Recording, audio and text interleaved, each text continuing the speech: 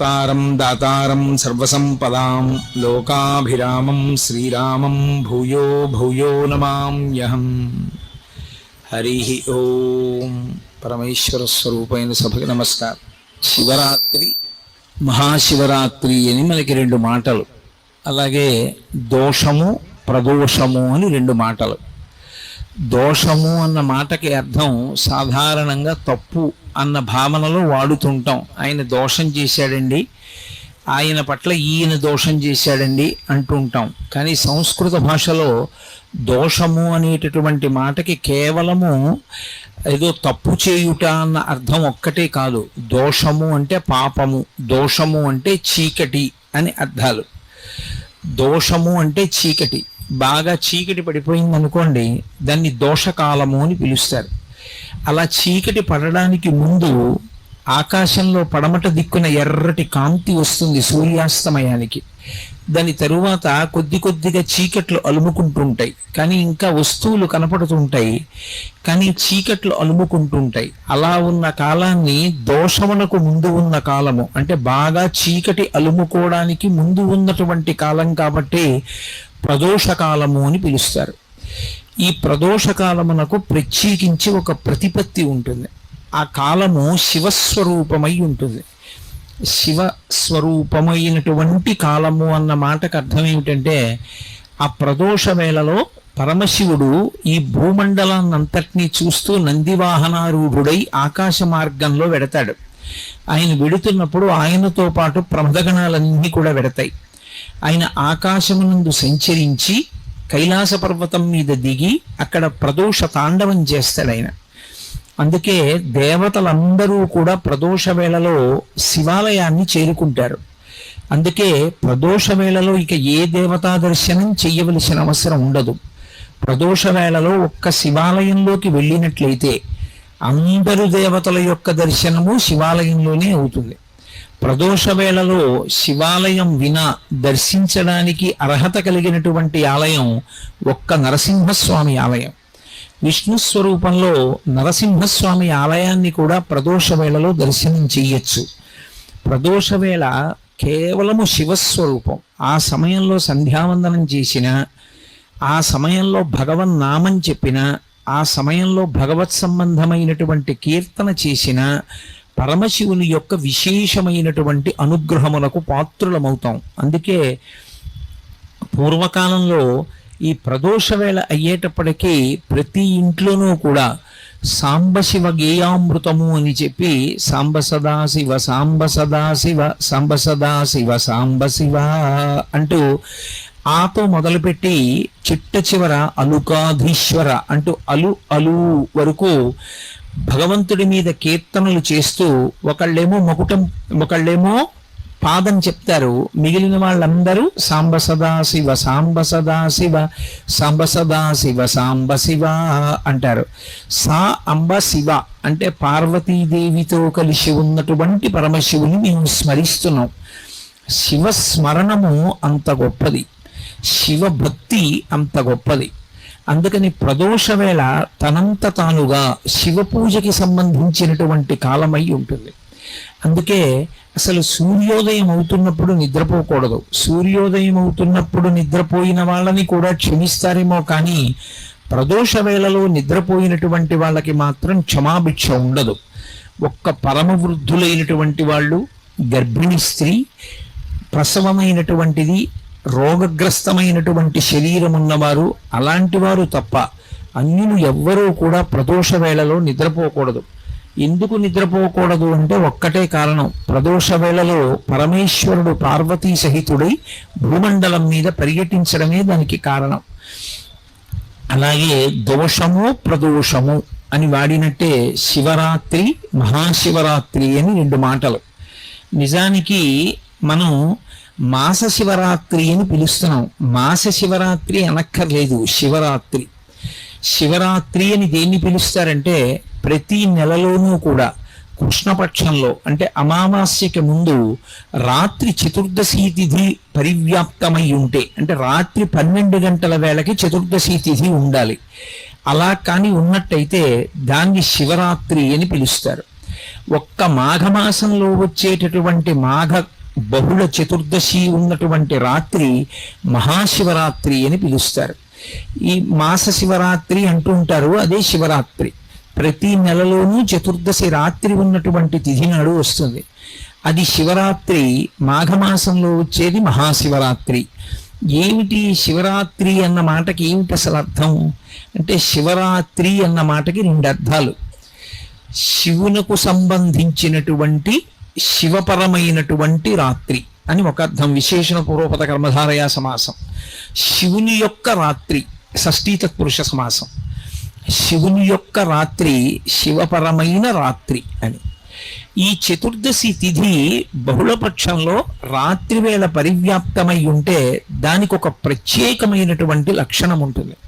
అది పరమమంగళప్రదమై భగవంతుని యొక్క అనుగ్రహాన్ని వర్షించేటటువంటి కాలమై ఉంటుంది.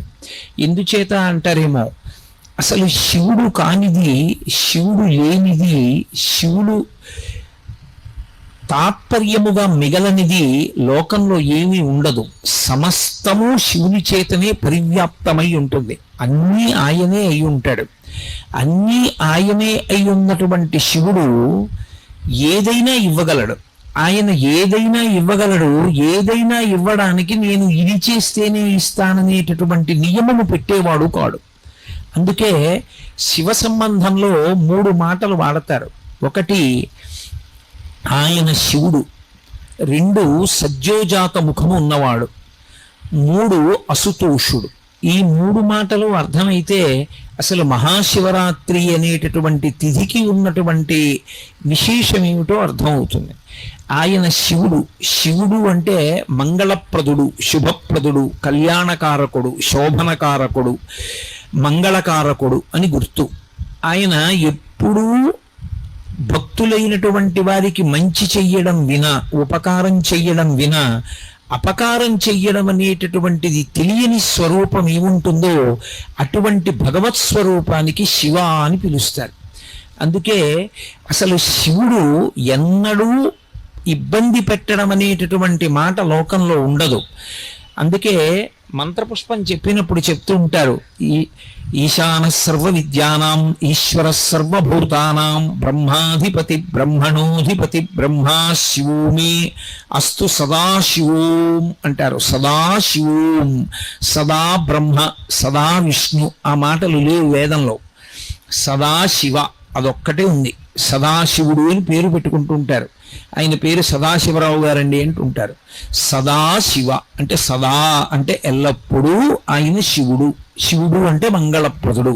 ఎల్లప్పుడూ అంటే ఆయన అసలు కోపం పెట్టుకోవడం అనేటటువంటి మాట కానీ, బాధ పెట్టడం అన్న మాట కానీ తెలియని వాడెవరైనా ఉంటే లోకంలో అది శివుడు ఒక్కడే. ఆయనకి అసలు బాధ పెట్టడం అనేటటువంటి మాట ఆయన యొక్క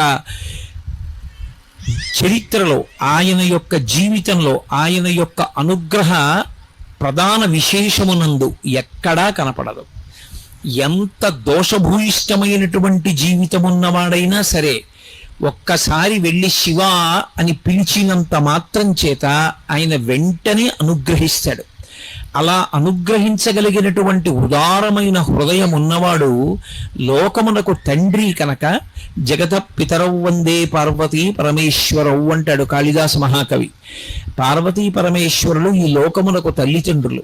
తండ్రి అయిన కారణం చేత ఆయన యొక్క హృదయము ఎల్లవేళలా కూడా కారుణ్యముతో నిండిపోయి ఉంటుంది, దయతో. ఆ దయతో ఉన్న కారణం చేత ఆయన నువ్వు ఈ తప్పు చేశావని చూడడం, వచ్చి క్షమించమని అడిగి భక్తితో నిలబడినంత మాత్రం చేత అనుగ్రహించగలిగినటువంటి పితృహృదయము కలిగినటువంటి వాడు. అలా అనుగ్రహించగలిగినటువంటి స్వరూపమై ఆయన శివుడై ఉంటాడు. శివ అన్న శబ్దానికి అర్థం ఏమిటంటే మంగళప్రదత్వము చేత శివం సుందరం సత్యం, సత్యం శివం సుందరం అని మనం మాట మాట్లాడుతూ ఉంటాం ఎప్పుడు. సత్యం అంటే సత్యం, సత్యం అంటే ఒకనాడు ఉండి ఒకనాడు లేకుండా పోయేవాడు కాడు. ఆయన ఎప్పుడూ ఉంటాడు. ఈ లోకాల మొత్తం మీద అసలు 5వతనం తరగడం అనేటటువంటి మాట లేనిది, అసలు కామానికి లొంగనటువంటి భర్తని పొంది ఉన్నది ఒక్క పార్వతీదేవి మాత్రమే. లోకంలో ఏ స్త్రీకైనా ఎప్పుడైనా ఐదోతనానికి ఇబ్బంది రావచ్చు, లేదా ఆమె వెళ్ళిపోయిన తరువాత అయినా భర్త వెళ్ళిపోతాడు కొంతకాలానికి. కానీ ఆమె భర్త వెళ్ళిపోవడం అనేటటువంటి మాట లోకంలో ఎన్నటికీ ఉండనిది. నిత్య సుమంగళి మహాతల్లి సర్వమంగళాదేవతా స్వరూపమైనది ఎవరంటే పార్వతీదేవి ఒక్కతే. ఆమె యొక్క పసుపు కుంకాలు అక్షయం. అందుకే ఎప్పుడైనా పసుపు కుంకాలు ప్రదానం చేస్తే ఆవిడ పేరు మీదే ప్రదానం చేస్తారు. కైలాస గౌరి నోము అంటారు. ఆవిడ పేరు మీద కానీ ఆ పసుపు కుంకాలు ఇస్తే ఆవిడ పరమ పరవశాన్ని పొంది ఏ స్త్రీ యొక్క పసుపు కుంకాలకి లోటు రాకుండా ఆమె కాపాడుతుంది. ఆమె ప్రతి సువాసిని యొక్క మంగళ సూత్రములో ప్రవేశించి సర్వమంగళాదేవతయి, సౌభాగ్యదేవతయి, సువాసినీత్వమును కల్పించగలిగినదై అనుగ్రహిస్తుంది. అలా అనుగ్రహించిన తల్లికి భర్తకి ఏ పోలికో ఆవిడదే పోలిక. ఆయనని పూజ చేయడం ఎంత తేలికో, ఆయన అనుగ్రహాన్ని పొందడం ఎంత తేలికో, ఆవిడ అనుగ్రహాన్ని పొందడం కూడా అంతే తేలిక. ఒక సువాసిని, ఒక పెళ్ళైనటువంటి స్త్రీ అమ్మవారి అనుగ్రహం పొందడానికి ఏం చెయ్యాలి అని అడిగారు అనుకోండి, ఆమె ప్రత్యేకంగా ఇది చేస్తేనే అమ్మవారి అనుగ్రహం కలుగుతుంది అని ఏం లేదు. అసలు లోకంలో మంచం మీద కూర్చుని ఏదీ చెయ్యకూడదు. 2, నిద్ర లేచి స్నానం చెయ్యకుండా ఏదీ చెయ్యకూడదు. 3, భార్యాభర్తల యొక్క సమాగమము జరిగిన తరువాత పగటివేళ అంటే తెల్లవారగానే స్నానం చేస్తే తప్ప ఏదీ చేయకూడదు. అటువంటిది ఆడది పెళ్ళైనటువంటి స్త్రీ రాత్రి మంచం మీద నిద్రపోయి తెల్లవారి నిద్ర లేవగానే ఒకవేళ ముందు రోజు భర్త సుఖమును అనుభవించి ఉన్నప్పటికీ కూడా మెడలో ఉన్న మంగళసూత్రాన్ని తీసి కళ్ళకద్దుకుని అమ్మవారిని స్మరించి నమస్కరించినంత మాత్రం చేత ఆమె అనుగ్రహించేస్తుంది. అందుకే లోకంలో నిద్ర లేవగానే మంగళసూత్రాలు కళ్ళకద్దుకోకుండా నిద్ర లేచేటటువంటి అలవాటు ఉన్నటువంటి సువాసిని మనకి కనపడదు.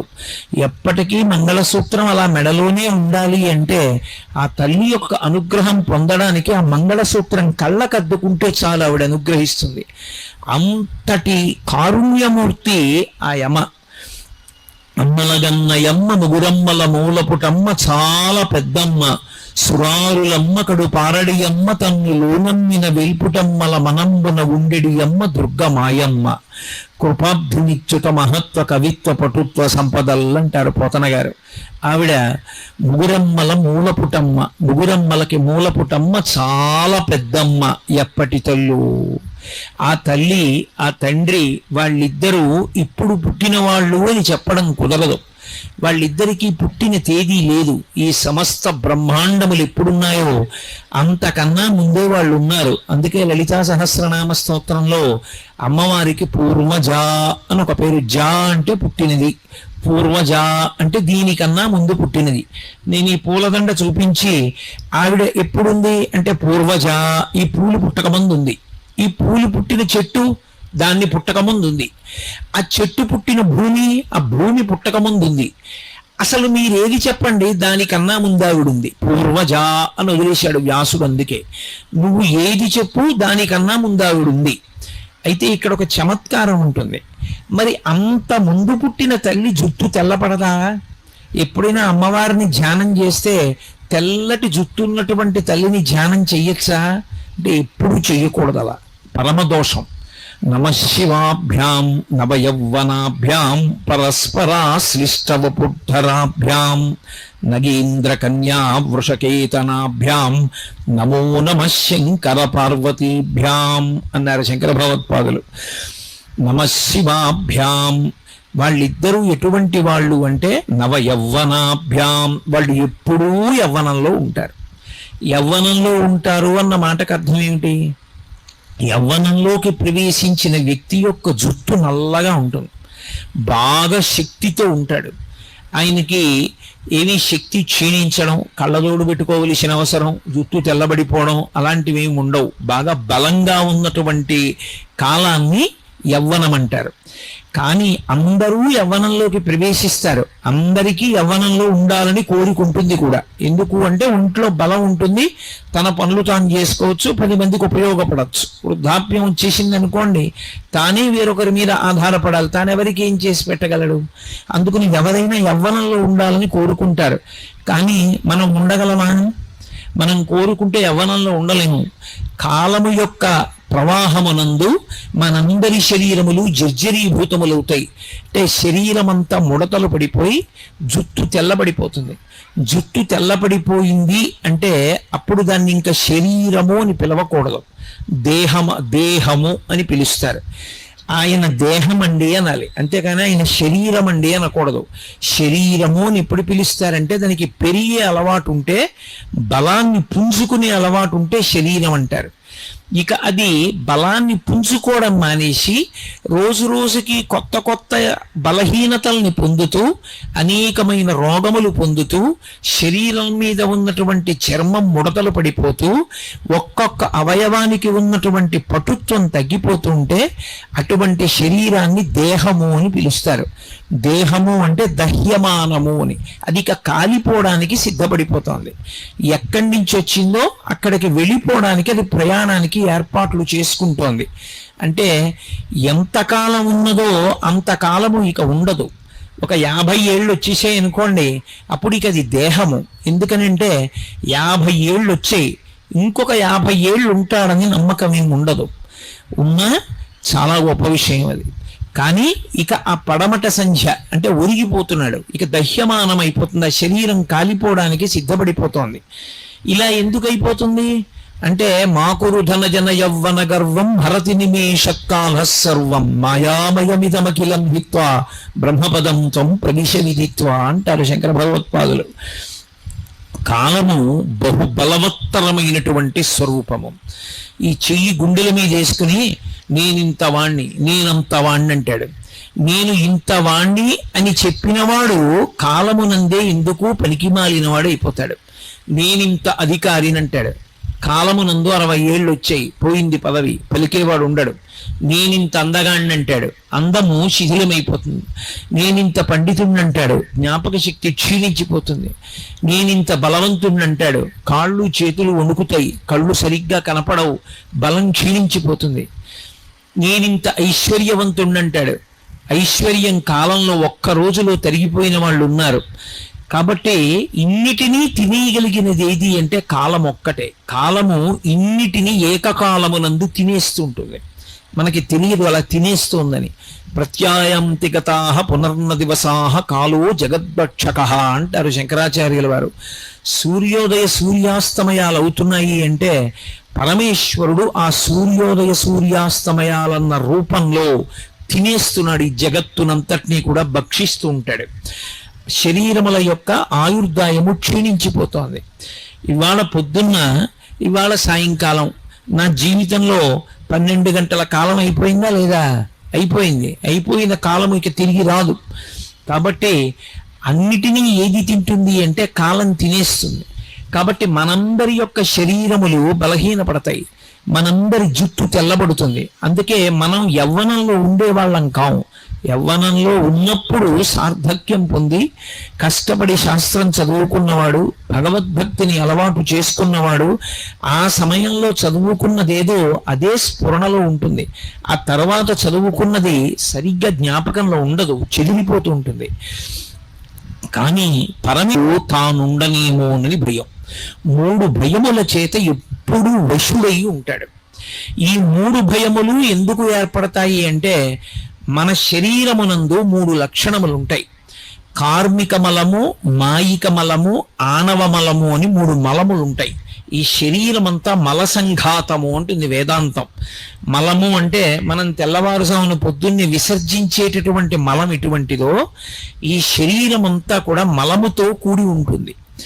దీన్ని 3 రకములైన మలముల చేత తయారు చేయబడుతుంది ఈ శరీరం. ఆనవమలము అంటారు. ఆనవమలము అంటే పంచభూతములలో ఉండేటటువంటి అణువులు తీసి ఈశ్వరుడు దీన్ని తయారు చేస్తాడు.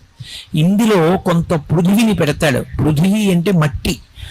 ఎంత స్నానం చెయ్యండి కొద్దిగా నీటి చుక్క వేసి ఇలా అంటే అందులోంచి మట్టి వస్తుంది. ఈ శరీరంలో మట్టి ఉంటుంది. ఎముకలన్నీ సున్నం. సున్నం అంటే మట్టే. ఎముకలు సున్నంతో తయారు చేయబడతాయి. అందుకే ఎముకలకి బలహీనత వస్తే కాల్షియం టాబ్లెట్లు ఇస్తారు. కాల్షియం అంటే సున్నం. కాబట్టి ఇది మట్టి ఉంటుంది ఇందులో. ఆనవ మలము, పృథ్వీలో ఉన్న మట్టి ఇందులో కలుస్తుంది. అలాగే జలము, బయట ఉన్నటువంటి నీరు ఇందులో కూడా కొంత ఉండాలి. ఇందులో నీరు పూర్తిగా అయిపోయింది అనుకోండి, పడిపోతుంది శరీరం. డీహైడ్రేషన్ వచ్చిందంటారు. లోపల నీరు నిలబడకపోతే శరీరం పడిపోతుంది. వాయువు, బయట గాలి ఎలా ఉంటుందో అలా ఇది కూడా గాలి పుచ్చుకోవాలి, గాలి వదిలిపెట్టాలి. గాలి పుచ్చుకోకపోయినా, గాలి వదిలిపెట్టకపోయినా వెళ్ళిపోయాడంటారు. అలాగే అగ్ని, బయట వేడిగా ఉంటుంది, ఇందులో కూడా ఎప్పుడు ఒకే వేడి ఉండాలి. అంతకన్నా తక్కువ వస్తే చెమటలు పట్టేస్తుంది, అంతకన్నా ఎక్కువైపోతే జ్వరం వస్తుంది. ఒకే వేడి ఉండాలి, ఇందులో అగ్ని ఉండాలి. పృథివీ, ఆపస్, తేజో, వాయు, ఆకాశము. ఆకాశము అంటే ఇందులో ఎక్కడెక్కడ ఎంతంత ఖాళీ ఉండాలో అంతంత ఖాళీలు ఉండాలి. తేలిగ్గా అర్థం అవ్వాలంటే పరమేశ్వరుడు యొక్క నిర్మాణము అంత అద్భుతంగా ఉంటుంది శరీరంలో. ఈ ముక్కుకుండేటటువంటి 2 కన్నాలు మూసుకున్నాయి అనుకోండి, పడిశం పట్టి ఎంత వ్యధపడతాడు ప్రాణి గాలి పీల్చుకోవడానికి, నోటితో పీల్చుకోవడానికి. అలాగే నోటికి కంఠంలో ఉండేటటువంటి కన్నం మూసుకుందనుకోండి, ఏ కారణానికైనా ఇక అన్నం తినలేడు. ముక్కులోంచి గొట్టాలు పెట్టి ద్రవ పదార్థం కడుపులోకి పంపించాలి. ఎక్కడెక్కడ ఎంత ఖాళీ ఉండాలో అంత ఖాళీ ఉండాలి. రక్తనాళాలలో రక్తం ప్రసరించడానికి ఎప్పుడూ ఖాళీ ఉండాలి. అది కొవ్వుతో మూసుకుందనుకోండి, పక్షవాతం వస్తుంది. ఎంత ఖాళీ ఉండాలో అంత ఖాళీ లోపల ఉంచాలి. అందుకని ఆకాశము. ఇప్పుడు ఒక శరీరము తయారైంది అంటే అది కుక్క, పందె, నల్లె, పిల్ల, మనిష, ఎలుక వదిలిపెట్టండి, అందులో ఈ 5 భూతముల యొక్క అణువులు ఉంటాయి. ప్రతి భూతమునందు ఈ 5 ఉంటాయి. పృథివీ, ఆపస్, తేజో, వాయు, ఆకాశములు.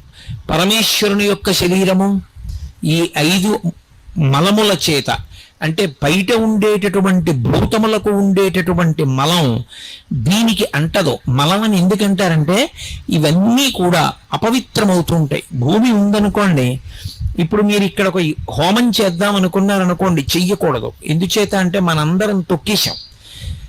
ఏవో జంతువులు వచ్చి మలమూత్ర విసర్జన చేస్తాయి, ఎన్నో ప్రాణులు అందులో పడిపోయి మరణించి ఉంటాయి. ఇప్పుడు నేను మాట్లాడుతుంటే ఆ ధ్వనికి కొన్ని ప్రాణులు పడిపోతాయి. చేయకూడదు. ఆవు పేడ తీసుకొచ్చి శుద్ధి చేస్తేనే చెయ్యాలి. ప్రతి భూతమునకు కూడా అపరిశుభ్రమవుతుంది. నీళ్లు ఉన్నాయనుకోండి, ఆ నీళ్లు కొంతకాలం అలా నిలవుండిపోయి దుర్గంధ భూయిష్టమై పురుగులు పట్టేసాయి అనుకోండి, ఆ నీరు తాగం, పోసుకోం, దేనికి వాడం.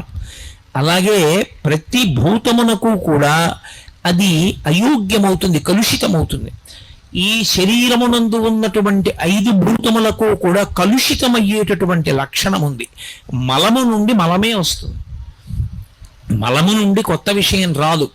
అందుకే కాసేపు మాట్లాడకుండా కూర్చున్నాను అనుకోండి, ఒక్క 2 గంటలు నోరు దుర్వాసన వస్తుంది, పాచి పడుతుంది లోపల. ఒక్కరోజు పడుకుని నిద్ర లేచాననుకోండి, చెవిలో గులిమి పడుతుంది, ముక్కులో చీమిడి పడుతుంది, శరీరం అంతా చెమట పడుతుంది. అంటే మలమును విడిచిపెడుతూ ఉంటుంది. కానీ పరమేశ్వరుని యొక్క శరీరము అలా తయారు చేయబడదు. దానికి ఆనవ మలం ఉండదు. అంటే భగవంతుని యొక్క శరీరమును తయారు చేసినప్పుడు, తయారు చేయడానికి ఒకడు తయారు చేసిన వాడు ఉంటాడా? ఆయన స్వయంభూ. అటువంటి పరమశివుని యొక్క శరీరము ఈ 5 మలముల చేత తయారు కాదు. అది అప్రాకృత శరీరం తం అతిమన్మథరూపిణం ఘృతరీతి ఘనీభూతం సచ్చిదానంద విగ్రహం అంటాడు లింగ పురాణంలో వ్యాస భగవానుడు. అప్రాకృత శరీరం తం, అది ప్రాకృత శరీరము కాదు, మనలా ఉండదు. పేరుకున్న నెయ్యి ఎలా ఉంటుందో అలా ఉంటుంది. నెయ్యి పేరుకోలేదనుకోండి, దానికి ఏమిటి రూపం అని అడిగారు అనుకోండి, ఏమిటి రూపం? దానికి ఏం రూపం ఉండదు. తీసుకెళ్ళి ఓ చిన్న గిన్నెలో పోసాను అనుకోండి, గిన్నె రూపాన్ని పొందుతుంది. తీసుకెళ్ళి నేను ఓ గరిటలో పోసాను అనుకోండి, గరిటె రూపాన్ని పొందుతుంది. ఓ చెంచాలో పట్టుకున్నాను అనుకోండి, చెంచా రూపాన్ని పొందుతుంది. నా చేతిలో పోసుకున్నాను అనుకోండి, నా చెయ్యి పట్టినంత దొప్ప రూపాన్ని పొందుతుంది. అసలు దానికి రూపం ఏమి ఉండదు. అదే పేరుకుంటే ఒక రకమైన రంగు, ఒక వాసన అన్ని తెలుస్తాయి. పేరుకున్న నెయ్యి ఎలా ఉంటుందో అలా రూపము లేనివాడు రూపాన్ని పొందుతాడు. అందుకే పరమశివుడికి 63 మూర్తులు. ఆయనకి అని ఒక రూపం ఉండదు. ఆయన ఎలా కావాలంటే అటువంటి రూపాన్ని పొందుతాడు. అందుకే అప్రాకృత శరీరం తం అతిమన్మథరూపిణం. ఏ రూపం పొందనివ్వండి, 1,000,000 మన్మధులు వచ్చి నిలబడితే ఎలా ఉంటారో అంత అందంగా ఉంటాడు. అతిమన్మథరూపిణం ఘృతరీతి ఘనీభూతం. పేరుకున్న నెయ్యి ఎలా ఉంటుందో అలా ఉంటాడు. సచ్చిదానంద విగ్రహం. మనం కాసేపు నవ్వుతాం, కాసేపు ఏడుస్తాం. ఆయన అలా కాదు, సత్ చిత్ ఆనంద రూపుడు. ఎప్పుడు పరమానందంతో పరమ సంతోషంగా ఉంటాడు. అందుకే ఆయనకి ఆణవ మలము లేదు, మనకి ఆణవ మలం ఉన్నది. రెండవ మలము మనకి కార్మిక మలము అని ఒక మలం ఉంటుంది. కార్మిక మలము అంటే గత జన్మలలో మనం ఏవో పాపపుణ్యాలు చేశాం. పాపపుణ్యాలు దేంతో చేస్తారు? 3 చేత చేస్తారు ప్రధానంగా. ఒకటి శరీరము చేత. ఈ శరీరంతో నేను చెయ్యకూడని తప్పొకటి చేశాను అనుకోండి, అదొక పాపం. ఏదో నిష్కారణంగా ఎవరినో వెళ్ళి కొట్టాను, నాకు బలం ఉంది కదా అని. ఇప్పుడు అదొక పాపం కింద వేసుకుంటాడు ఈశ్వరుడు. అలాగే మనసు చేత చేసేటటువంటి పాపం. నేను దొంగతనం చెయ్యక్కర్లేదు, నా ఎదురుగుండా ఉన్న వాళ్ళ మెళ్ళలో ఉన్నటువంటి ఓ చంద్రహారం చూసి అబ్బా అది తీసి నేను వేసేసుకుంటే నాకు వచ్చేస్తే అనుకున్నాను అనుకోండి, అప్పుడు అది పాపమే, మనసుతో చేసింది. 3 వాచిక, నోటితో చేసేది. నోరు ఉంది కదా అని అక్కరలేని మాటలన్నీ మాట్లాడడం, పెద్దల్ని అధిక్షేపించడం, ఇతరులు బాధపడేటటువంటి మాటలు మాట్లాడడం, అవన్నీ కూడా వాచికమైనటువంటి పాపములు. ఈ 3 రకములైన పాపములు ఎలా ఉంటాయో పుణ్యములు కూడా అలా ఉంటాయి. ఈ శరీరంతో ఎప్పుడో గుడి చుట్టూ ప్రదక్షిణం చేసి ఉండొచ్చు, ఈ చేత్తో 2 పువ్వులు వేసి ఉండొచ్చు, ఈ 2 చేతులతో ఎవరో మహాత్ములకి త్రికరణ శుద్ధిగా ఇలా నమస్కరించి ఉండవచ్చు. ఆ కారణము చేత కొంత పుణ్యం ఉంటుంది. ఆ పుణ్యం అనుభవించవలసి వచ్చినప్పుడు సుఖంగా ఉంటుంది. పరమేశ్వరుడు సుఖము అన్న మాట ప్రవేశపెడతాడు. పాపం అనుభవంలోకి వస్తే దుఃఖము అనిపిస్తుంది. ఓ రోజు బాగుంటాడు, ఓ రోజు జ్వరం వస్తుంది. జ్వరం వస్తే దుఃఖం, బాగుంటే సుఖం. సుఖ దుఃఖములు పాపపుణ్యముల వలన వస్తాయి. భగవంతుడు ఎందుకు రూపం తీసుకుంటాడు? మనం వచ్చామంటే ఈ శరీరంతో పాపపుణ్యముల యొక్క ఫలితమైన సుఖ దుఃఖములను అనుభవించడానికే వస్తాం. బాగా జ్ఞాపకం పెట్టుకోండి. మీరు ఒక మాట నేను చెప్తాను. సినిమా హాల్లో ఒక ఆయన కూర్చుని ఉన్నాడు అనుకోండి, ఏమిటండి ఇలా వచ్చారు, ఏం చేద్దామని వచ్చారని అడిగారు అనుకోండి, ఆయన ఏమంటాడు, నీకు బుద్ధి ఉందా లేదా, సినిమాకి ఎందుకు వస్తారు? సినిమా చూడడానికి వస్తారు. ఒక ఆయన విస్తర దగ్గర భోజనం చేయడానికి కూర్చున్నాడు అనుకోండి, ఏమిటండి ఇలా వచ్చి కూర్చున్నారు అని అడిగారు అనుకోండి, నీకు బుర్ర ఉందా, ఎందుకు వస్తారయ్యా విస్తర దగ్గర కూర్చోడానికి? భోజనం చేయడానికి వచ్చాను. కొన్ని అడగక్కర్లేదు, అలా వచ్చాడు అంటే దాని కొరకు వచ్చాడు. తెలిసిపోతుందా? తెలిసిపోదా? గుడికి వచ్చి మౌనంగా కూర్చున్నాడు అంటే ఏదో ధ్యానం చేసుకుందామని వచ్చాడు. నేను వచ్చాను, ఎందుకు వచ్చాను, ఇక్కడ ఎందుకు కూర్చున్నాను? మీతో పిచ్చాపాటి మాట్లాడడానికే? భగవంతుడి గురించి మాట్లాడడానికి వచ్చాను. ఒక్కొక్కడు కూర్చున్న తీరు బట్టి వాడు ఎందుకు వచ్చాడో తెలిసిపోతుంది. మనుష్యుడు మానవ శరీరంతో మనం వచ్చాం అనుకోండి, దానికి 3 లక్షణాలు ఉన్నాయి అని గుర్తు. మనువు యొక్క సంతతిగా మనం వచ్చాం. మనందరికీ మొదటి వాడెవరంటే మనువు. మనువు యొక్క సంతతి కాబట్టి మనకి మానవ అని పేరు. 2 మర్త్యుడు అని పేరు. మర్త్యుడు అంటే ఈ శరీరముతో వచ్చిన వాడు ఈ శరీరముతో ఎల్లకాలము ఉండడు. ఎప్పుడో అప్పుడు ఆ శరీరం పడిపోయి తీరుతుంది, అది వెళ్ళిపోతుంది, ఆ శరీరం ఉండదు. శరీరము నీటి మీద బుడగ వంటిది. నలినీదళగత జలమతి తరళం తత్వజీవితమతి చేయచ ఫలం విద్దివ్యాద్యభిమానగ్రస్తం లోకం శోకచ హంత సమస్తం అంటారు శంకర భగవత్పాదులు. తామరాకు మీద నీటి బొట్టిటువంటిదో శరీరం అటువంటిది. నిత్యమా జీవితము నీటిపై బుగ్గ అంటారు సారంగధర చరిత్రలో. నీటి మీద బుడగ ఎంతసేపు ఉంటుందో రంగురంగులుగా ఉంటుంది. ఎంతసేపు ఉంటుంది, ఎప్పుడు టొప్పని పేలిపోతుందో తెలియదు. శరీరం ఎంతకాలం ఉంటుంది ఎవ్వరికీ తెలియదు. మర్త్యుడు, శరీరము వెళ్ళిపోతుంది. 3 మనుష్య శరీరంలో వచ్చావు అంటే ఒకటి గుర్తు పెట్టుకోవాలి, దుఃఖం ఉండి తీరుతుంది, సుఖం ఉండి తీరుతుంది. కొంతమంది అంటారు, ఏమండి మీరు అలా అంటున్నారు కానీ మాకు ఎప్పుడూ కష్టాలేనండి అంటారు. రామాయణంలో సీతమ్మ తల్లి ఒక మాట అంది, కళ్యాణీ గతబాదేయం లౌకికీ ప్రతిభాతిమా ఏతి జీవంతి మానందో నరం వర్ష శతాదపి అంది. ఎన్ని కష్టాలు పడిన వాడైనా సరే 100 సంవత్సరములు ఓర్పుతో కలియుగంలో ఆయుర్దాయం కనుక 100 ఏళ్లు బ్రతికితే వాడు ఎప్పుడో అప్పుడు చిట్ట చివర ప్రాణం పోయేటప్పుడైనా శుభవార్త విని సుఖాన్ని పొంది మరణిస్తాడు. ఈ శరీరంతో వచ్చాము అంటే సుఖము దుఃఖము రెండూ ఉంటాయి. పూర్తిగా సుఖమే అనుభవించాలి ఈ శరీరం ఇవ్వరు, దేవతల కింద పంపిస్తారు. అప్పుడు వాడు సుఖం ఒక్కటే అనుభవిస్తాడు, దుఃఖం అనుభవించాడు. కేవలం దుఃఖం అనుభవించాలి తిరిగిక్కుగా పంపిస్తారు, వెన్నుపాము అడ్డంగా ఉన్న ప్రాణిగా పంపిస్తారు.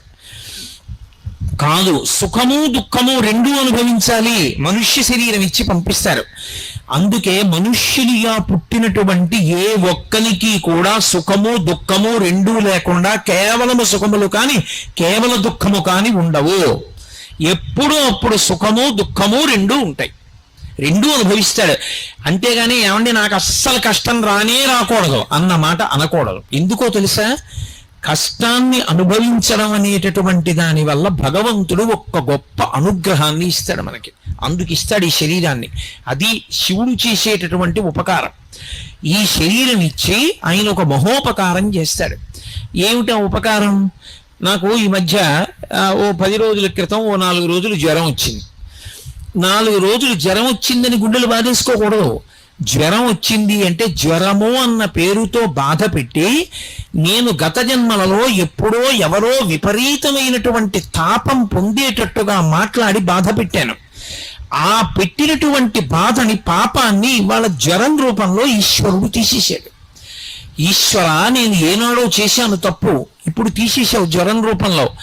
4 రోజులు జ్వరం అనుభవించడం ఇంత కష్టమైతే ఇంకొకటి మనసు బాధపడేటట్టు నేను మాట్లాడకుండా నన్ను అనుగ్రహించు, నా మాట అదుపులో ఉండేటట్టు నన్ను రక్షించు అని నేను చెప్పుకోవాలి. అంతేగాని జ్వరం వచ్చిందండి అని గుడ్డలు బాధేసుకోక్కర్లేదు. అదే అంటుంది భారతంలో కుంతీదేవి, కష్టం రాకుండా ఎవడూ ఉండడు, వచ్చిన కష్టాన్ని పరమేశ్వరుడు యొక్క ప్రసాదమన్న బుద్ధితో అనుభవించడం నేర్చుకోగలగాలి. ఈశ్వరుడి పాదాలు విడిచిపెట్టేస్తే ఏమొస్తుంది? ఈశ్వర, ఎప్పుడో తప్పు చేశాను, మీరు కష్టం ఇచ్చారు, కానీ ఓర్చుకోలేను తండ్రి, ఇప్పుడు బుద్ధి వచ్చింది, ఇంత కష్టపెట్టకండి అంటే నమశివాభ్యాం అశుభాపహాభ్యాం, అంత కష్టపెట్టం లేరా, తక్కువ కష్టంతో తీసేస్తాను ఈ పాపం అని పాము కరవవలసిన వాణ్ణి చీమ చేత కరిపించి తీసేస్తాడు ఆయన. కాబట్టి భగవంతుని యందు భక్తి ఎన్నడూ విడిచిపెట్టకూడదు. అలా విడిచిపెట్టకుండా నిలబడగలిగిన వాడెవడో వాడి భక్తి పండినటువంటి భక్తి. అందుకు ధూర్జటి చెప్పుకున్నాడు కాళహస్తీశ్వరలింగం దగ్గరికి వెళ్ళి, నీవు సేవింపగ నాపదల్పడమని నిత్యోత్సవం బబ్బని జనమాతృండనని సంసార మోహంబు పైగొనని గ్రహగతులు కుందింపని మేలు వచ్చిన రాణి అవి నాకు భూషణములే శ్రీకాళహస్తీశ్వర అన్నాడు. లోకుల్లంగని మెచ్చని అలుగని లోలోన నిందించని చీకాకున్బడని మహాత్ముడనని జైలొగ్గని మూకీభావమునం తిట్టని త్రోయని నీ కారుణ్యము కలిగి ఉండినను అంతే చాలునో శంకర. లోకాలు మెచ్చుకొని తిట్టని, మహాత్ముడనని నమస్కారాలు పెట్టని, చీ దుర్మార్గుడనని రాళ్లు పెట్టి కొట్టని బాధ లేదు, నీ అనుగ్రహం పోకుండా ఉంటే చాలు, నీ యందు భక్తి ఉంటే చాలు శంకర, నాకు అది చాలు అన్నాడు. కాబట్టి మనందరం గత జన్మలలో చేసుకున్నటువంటి పాపపుణ్యముల యొక్క ఫలితాన్ని సుఖదుఖాలుగా అనుభవించడానికి జన్మలోకి వచ్చాం. పరమేశ్వరుడు తేతలిలో శివలింగ రూపంలో వెలిశాడు. ఆయన కూడా ఏమైనా పాపపుణ్యాలు అనుభవించడానికి వచ్చాడా? ఉండవు. ఆయనకేం పాపపుణ్యాలు ఉండవు. ఆయనకి ఏమీ లేకపోయినా మరి ఎందుకు వస్తాడు? మనని అనుగ్రహించడానికి వస్తాడు, మనని సేద తీర్చడానికి వస్తాడు, మనం భక్తితో ఆర్తితో వెళ్ళి చెప్పుకోవడానికి వస్తాడు. ఈ మాటకి అర్థం మీరు చాలా జాగ్రత్తగా పట్టుకోవాలి. ఓ కష్టం వచ్చింది అనుకోండి, ఏదో ఇబ్బంది వచ్చింది, వాడు ఉన్నాడన్న నమ్మకం ఒకటి ఉండాలి గుళ్ళోకి వచ్చే ముందు. అసలు వాడు ఉన్నాడు, వాడు పరమశివుడు, వాడు కూర్చున్నాడు అలా అని వచ్చి వాడితో చెప్పుకోవాలి. వాడితో వచ్చి చెప్పుకునేటప్పుడు లోపలికొచ్చి కూర్చున్నప్పుడు వాడు ఉన్నాడు అన్న భావన మనసులో గట్టిగా స్థిరపడకుండా ఏదో వచ్చామంటే వచ్చాం, ఏదో వెళ్ళామంటే వెళ్ళాం, ఉపయోగం ఏముంది? ఇప్పుడు లోపలికి వచ్చి భగవన్ నాకు ఇంత కష్టం వచ్చింది, ఓర్చుకోలేకపోతున్నాను, శంకర నాకు ఉపకారం చెయ్యండి, ఏదో పాపం చేసి ఉంటాను అందుకే ఈ బాధపడుతున్నాను, కానీ నన్ను క్షమించండి, మీరు క్షమిస్తే ఆ పాపం పోతుంది, క్షమించి ఇంకెప్పుడూ నేను తప్పు చేయకుండా నన్ను అనుగ్రహించి ఇంత కష్టం నేను పడవలసిన అవసరం లేకుండా నన్ను అనుగ్రహించండి అని చెప్పుకోవాలి. ఇప్పుడు మీకు ఒక అనుమానం వస్తుంది, పరమశివుడు సర్వజ్ఞుడు కదా, ఆయనకి అన్నీ తెలుసుగా, నేను బాధపడుతున్నానని ఆయనకి తెలీదా? నేను వెళ్ళి ఆయనకి చెప్పుకుంటే కానీ తెలియకపోతే ఇక ఆయన నాలాంటి వాడే, కొన్ని తెలుసు కొన్ని తెలియదు, ఇంకెందుకు ఆయనకి చెప్పడం? రెండు, సర్వజ్ఞుడు అనుకోండి, అన్నీ తెలుసున్నవాడు అనుకోండి, నేను చెప్పక్కర్లేదు. మరి ఇక చెప్పడం అన్నమాట ఎందుకు వస్తుంది? గుళ్ళోకి వెళ్ళి అసలు ఆయనతో చెప్పుకోవడం ఎందుకు, భగవంతుడితో మొరపెట్టడం ఎందుకు? రెండు, ఆయన దగ్గరికి వెళ్ళి నేను నామం చెప్పడమో, భజన చేయడమో, స్తోత్రం చెయ్యడమో, మారేడుదలం వేయడమో, అభిషేకం చెయ్యడమో చేశాను అనుకోండి, అప్పుడే నన్ను అనుగ్రహిస్తాడు అంటే లోకంలో అందరిలాగే ఆయనకి ఏదో లంచం పెడితే లొంగేవాడైతే ఇంకా ఆయన యొక్క గొప్పతనం ఏముంది? ఇంకెందుకు ఆయనకి పూజ చేయడం? కాదు, ఇది శివభక్తి అన్న మాటకి తాత్పర్యాన్ని అర్థం చేసుకోవాలి. ఎందుకు దేవాలయంలోకి వెళ్ళి చెప్పుకుంటామంటే చెప్పుకోకుండా ఉండలేక చెప్పుకుంటాం. ఆయనకి తెలియదని కాదు, కానీ చాలా కష్టంలో ఉన్నావు, రైల్లో ప్రయాణం చేస్తున్నావు, పక్కన ఎవరో కూర్చున్నాడు, ఏదో మాటలు కలిశాయి, ఏమంటే అలా ఉన్నారే మీరు నీరసంగా అని అడిగాడు. నీ కష్టం అంతా ఆయనకి చెప్పావు, ఆయన ఆరుస్తాడా తీరుస్తాడా? 2 స్టేషన్ల తర్వాత దిగిపోతాడు. ఎందుకు చెప్పావు? చెప్పకుండా ఉండలేక నీ కష్టాన్ని చెప్పుకున్నావు. భగవంతుడికి తెలియదని కాదు, నీకన్నా నాకెవరున్నారు చెప్పడానికి, అందుకు నీకు చెప్పుకుంటున్నాను అన్న భావనతో చెప్పుకోవడం రావాలి. అప్పుడు భగవంతుడితో అనుసంధానం అయ్యాడు భక్తుడు అని పిలుస్తారు తప్ప అసలు అదో శివలింగం అని వెళ్ళిపోయాడు అనుకోండి, ఎలా అనుసంధానం అవుతాడు? కాదు, ఆయన పరమేశ్వరుడు. నువ్వు చక్కగా ప్రశాంతంగా కూర్చుని నీ జీవితం, నీ కష్ట సుఖాలు, నువ్వు ఏది గెలవలేకపోతున్నావు, ఎక్కడ తప్పు చేస్తున్నావు, తప్పు చెయ్యకుండా ఎలా ఉండాలనుకుంటున్నావు, దానికి ఆయన ఏం సహాయం చెయ్యాలని కోరుకుంటున్నావు, వచ్చి మౌనంగా కూర్చుని ఆయనతో కళ్ళు మూసుకుని ఆయనతో మాట్లాడి చెప్పుకుని వెళ్ళాలి. అలా వెళ్ళడం భక్తి. అర్థో జిజ్ఞాసురర్థార్థి జ్ఞానీచ భరతర్షభ. రెండు, ఆయన దగ్గరికి వెళ్ళి మారేడుదలం వేయడం, ఆయన దగ్గరికి వెళ్ళి నీళ్లు పోయడం, ఆయన దగ్గరికి వెళ్ళి పండు పట్టుకెళ్ళడం ఎందుకు? అలా ఇస్తే కానీ లొంగడా? లంచం పెడితే కానీ ఒప్పుకునేవాడు కాడా? కాదు. ఎందుకు ఇస్తామంటే ఆయన దగ్గరికి వెళ్ళినప్పుడు మన ప్రేమ పండినప్పుడు ఇవ్వకుండా ఉండలేక ఇస్తాం తప్ప, ఇవ్వడానికి ఆయనది కానిది మనదైనది ఏముందని పట్టుకెళ్ళి ఇస్తారు చెప్పండి? ఇది ఆయనది కాదండి, ఇది ఆయనకి లేదండి, నాకే ఉందండి అందుకు నేను ఇస్తానండి అనడానికి ఆయనది కానిది మనకున్నది ఒకటి నాకు చెప్పండి. శంకరాచార్యుల వారు శివానంద లహరిలో దెప్పి పొడిచారు. కరస్తే హేమాద్రియౌ గిరిశ నికటస్థే ధనపతౌ శిరస్థే శీతాంశౌ చరణయుగళస్థే అఖిల శుభౌ గుణస్థే స్వర్భూజామర సురభి చింతామణిగణి కమర్థం దాస్యేహం భవతు భవదర్థం మమ మనః అన్నారు. శంకర మీకేమైనా ఇవ్వాలని వచ్చాను, ఇవ్వడానికి ఆయనకి లేనిది ఏమిటి? కరస్తే హేమాద్రియౌ, ఆయన ఒక చేతిలో బంగారు కొండ పట్టుకుంటాడు, మేరు పర్వతాన్ని ధనస్సుగా పట్టుకుంటాడు. ప్రపంచంలో మేరు పర్వతాన్ని ఆధారం చేసుకుని గ్రహాలు కూడా తిరుగుతాయి. అటువంటి మేరు పర్వతం ఆయన చేతిలో ఒక ధనస్సుగా నిలబడి ఉంటుంది. బంగారు కొండ ఆయన దగ్గర ఉంది. ఏమిస్తావు ఆయనకి? ఆయనకు గొలుసు చేయించాలా? ఆయనకు మువ్వల వడ్డాణం చేయించాలా? ఆయనకి ఏం లేదని మనం ఇస్తాం కాబట్టి ఇవ్వలేము, బంగారం ఇవ్వలేము. అయ్యా మీ దగ్గర బంగారం ఉంది కానండి, ఏ అర్ధరాత్రో 4 రూపాయలు కావాలంటే మీరు ఏటీఎం కౌంటర్కి వెళ్ళాలి కదా, మీ దగ్గర డబ్బులు ఉన్నప్పుడు బంగారం అమ్ముకుందాం అంటే ఎవడు కొంటాడు? అర్ధరాత్రి దొంగలని పట్టుకుంటారు, అందుకని చెప్పి మీకు కొంత డబ్బు ఇద్దాం అనుకుంటున్నానంటారా? గిరిశ నికటస్థే ధనపతవు. ఓ శివ, మీ దగ్గర నవనిధులకు అధిపతి అయినటువంటి కుబేరుడు ఇలా చేతులు కట్టుకుని నిలబడి ఉంటాడు. ఎప్పుడైనా శివుడికి ఏదైనా నేను చేయగలనా అని అప్పటి నుంచి ఇప్పటి వరకు అలాగే నించుని ఉన్నాడు. శివుడికి ఆయన దగ్గర తీసుకోవాల్సిన అవసరం ఉండదు, ఆయనకే శివుడు ఇస్తూ ఉంటాడు. ఇక నేనేమిస్తాను? గిరిశ నికటస్థే ధనపతౌ శిరస్థే సీతాంశౌ. ఆయన తల మీద తదియనాటి చంద్రరేఖ ఉంటుంది. ఎందుకు చంద్రరేఖ? అందరిలా చక్కగా ఏదో మణో ఓ తురాయో పెట్టుకోకూడదు. ఏమిటి చంద్రరేఖ పెట్టుకోవడం ఎందుకు అంటే, చంద్రరేఖ దేనికి గుర్తు అంటే తరిగిపోతూ ఉన్నటువంటి కాలానికి గుర్తు. మనం చాంద్రమానము అని పిలుస్తాం, రోజు తిథి చెప్తాం. ఇవాళ పొద్దున నేను సంధ్యావందనం చేసుకుంటూ మాఘమాసే కృష్ణపక్షే ఏకాదశిమ్యాం అని చెప్పాను. రేపు ద్వాదశిమ్యాం అంటాను, ఎల్లుండి త్రయోదశిమ్యాం అంటాను. ఇలా తిథి చెప్పుకుంటూ వెళ్ళిపోతే అమావాస్య వస్తుంది. తర్వాత కృష్ణపక్షే అన్ను, శుక్లపక్షే అంటాను. శుక్లపక్షంలో చంద్రరేఖలు పెరుగుతాయి, చంద్రకళలు. కృష్ణపక్షంలో తరుగుతాయి. చంద్రకళలు పెరుగుట, చంద్రకళలు తరుగుట అన్న తిథులలో కాలం వెళ్ళిపోతోంది. కాలమునందు మనందరం పడిపోతున్నాం, కానీ వెళ్ళిపోతున్న కాలం అంతా ఆయనకు ఆభరణంగా నిలబడిపోయింది. అది చంద్రరేఖ. ఈ కాలమునందు పడిపోకుండా, కాలమునందు మళ్ళీ పుట్టవలసిన అవసరం లేకుండా, ఈసారి పడిపోవడం ఒక్కటే చిట్ట చివరిసారి పడిపోవడం, ఇక మళ్ళీ పుట్టవలసిన అవసరం ఉండదు. పుట్టి ఉన్నాం కాబట్టి ఇదే ఆఖరిసారి చనిపోవడం. ఇలా చెయ్యగలిగిన వాడెవడు? పరమశివుడు ఒక్కడే. అందుకే పుట్టడానికి కారణమైన మన్మధుణ్ణి కాలుస్తాడు, సావడానికి కారణమైన యముణ్ణి చంపుతాడు. ఈ రెండూ చెయ్యగలిగిన వాడు శివుడు ఒక్కడే. కాబట్టి శివ, మీరు చంద్రరేఖ పెట్టుకుంటారు అంటే ఎవరు మీ పాదములు పట్టుకున్నారో వాడు మళ్ళీ పుట్టవలసిన అవసరం ఉండదు.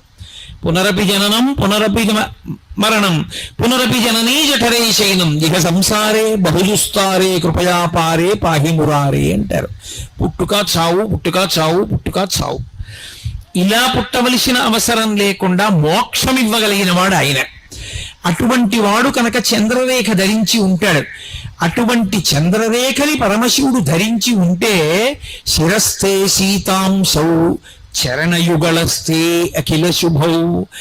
ఎవరింట్లోనైనా ఏదైనా శుభకార్యం జరగాలి అంటే ఇది ఎవరి వలన జరుగుతుంది అంటే పరమశివ అనుగ్రహంగా జరుగుతుంది. శుభాలన్నీ ఎక్కడుంటాయంటే పరమశివుడు యొక్క పాదముల మీద పడి ఉంటాయి. ఏమండి మా ఇంట్లో మా అమ్మాయి పెళ్ళవట్లేదు, మా అమ్మాయి పెళ్ళవట్లేదు అన్నాడు అనుకోండి, అన్నిటికీ ఒకటే మందు, వెళ్ళి శివలింగానికి అభిషేకం చేయించుకోండి. ఆయన చల్లబడితే మన మనసు చల్లబడుతుంది. అభిషేకం చేయించుకున్నాడు, ఆయన కాలు ఇలా అంటాడు, అంతే.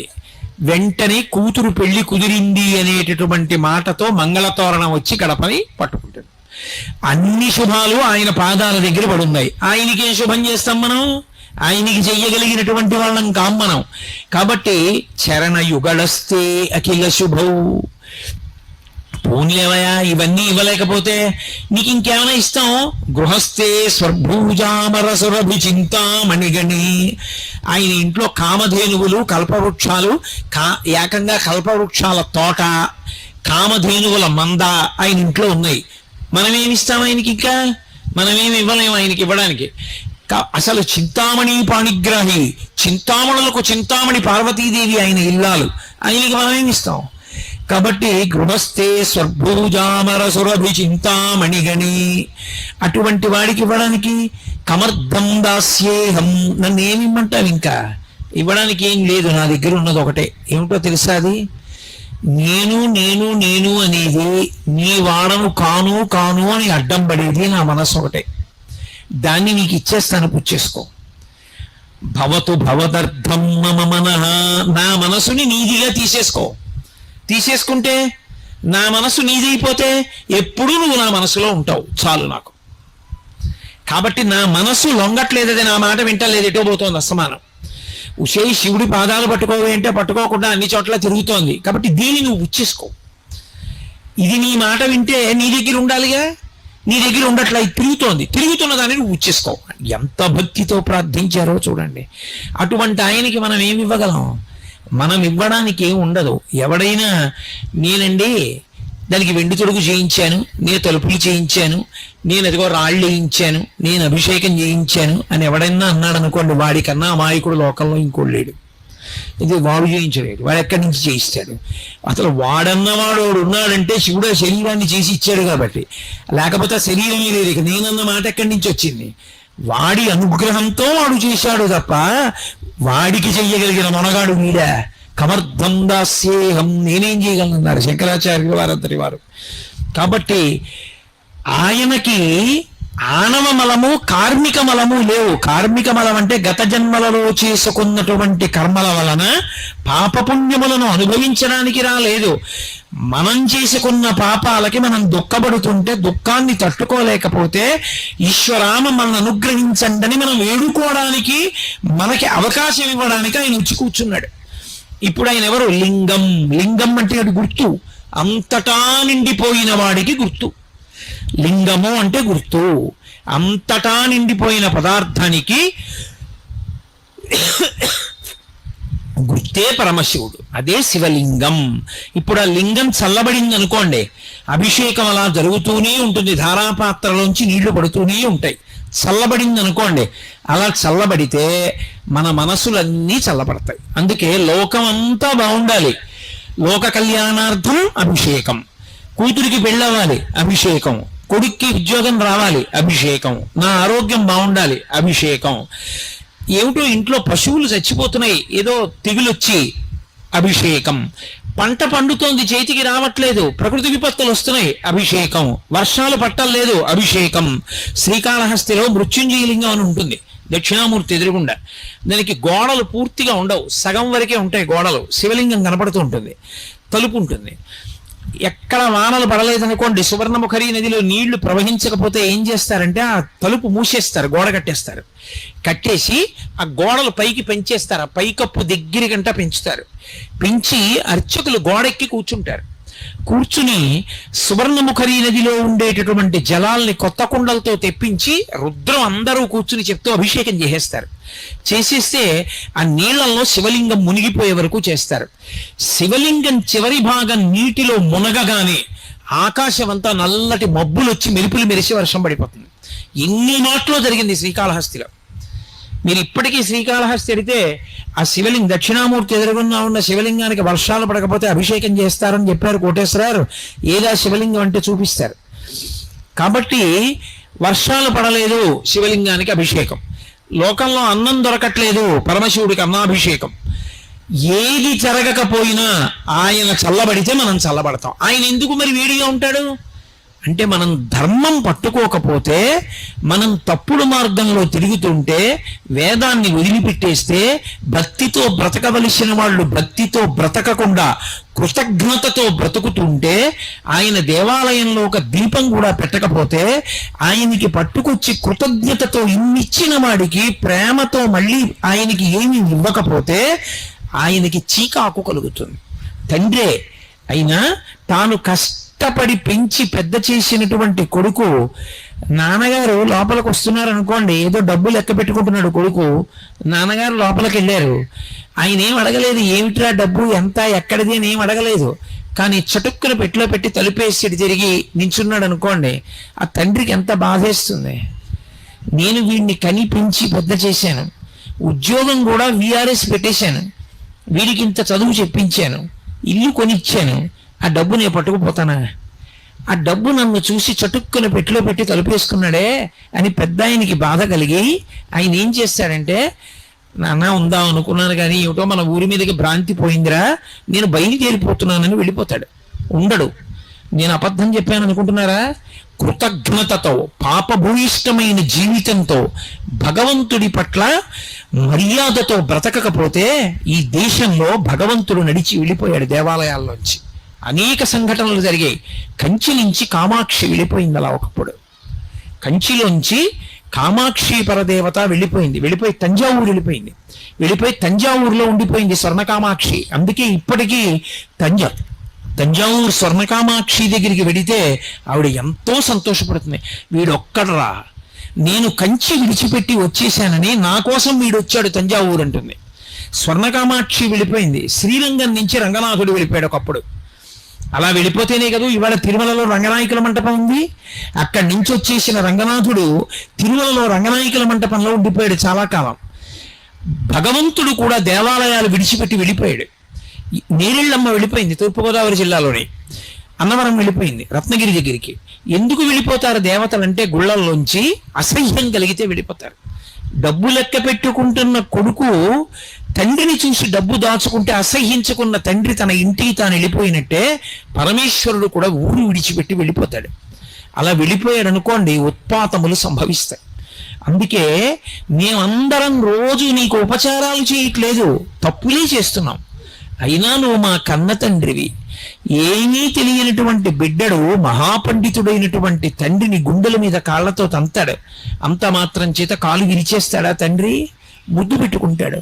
మేమందరం తప్పు చేశాం, తప్పు చెయ్యట్లేదని అనలేదు. అందుకే అభిషేకం చేసేటప్పుడు నమస్తే రుద్రమంజబగుతోత ఇషవే నమః, నమస్తే అస్తు ధన్వనే బాహుభ్యాముతతే నమః అని, అయ్యా మీ చేతిలో ఉన్న ధనస్సుకి నమస్కారం, అయ్యా మీకున్న కోపానికి నమస్కారం. బిడ్డలం ఆ కోపం విడిచిపెట్టేయండి, ఏదో తెలియక తప్పు చేశాం, మమ్మల్ని మన్నించండి.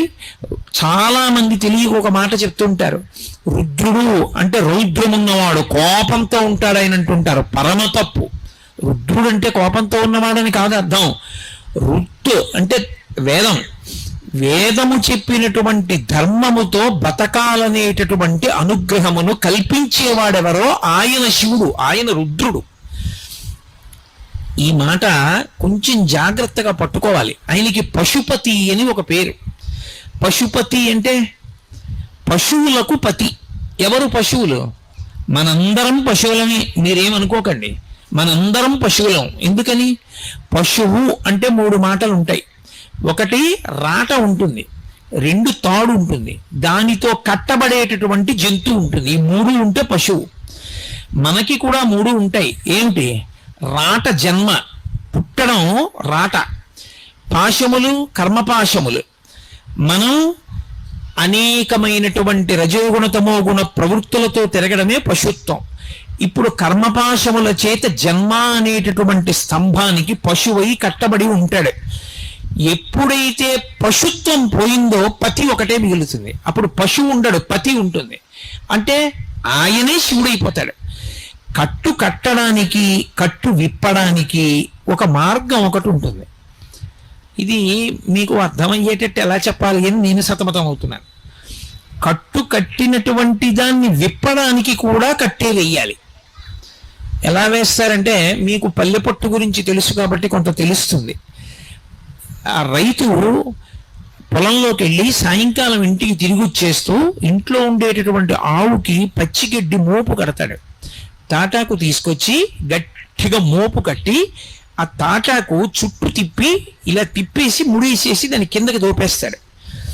ఇప్పుడు అట్నుంచి తిరిగి వచ్చాడు, ఆ కట్టు విప్పాలి. ఇప్పుడు ఆ కట్టు విప్పాలనుకోండి, మళ్ళీ అందులోకి వేళ్ళు దూర్పి తాటాకు పైకెత్తి మళ్ళీ వెనక్కి తిప్పక్కర్లేదు. ఓ తాడు తీసుకొచ్చి పచ్చిగడ్డి మోపు కింద నుంచి పెట్టి మోకాలతో నొక్కి తాటితో గట్టిగా ఇలా నొక్కుతాడు. ముడియకుండా దగ్గరగా చేసి ఇలా బిగిస్తాడు.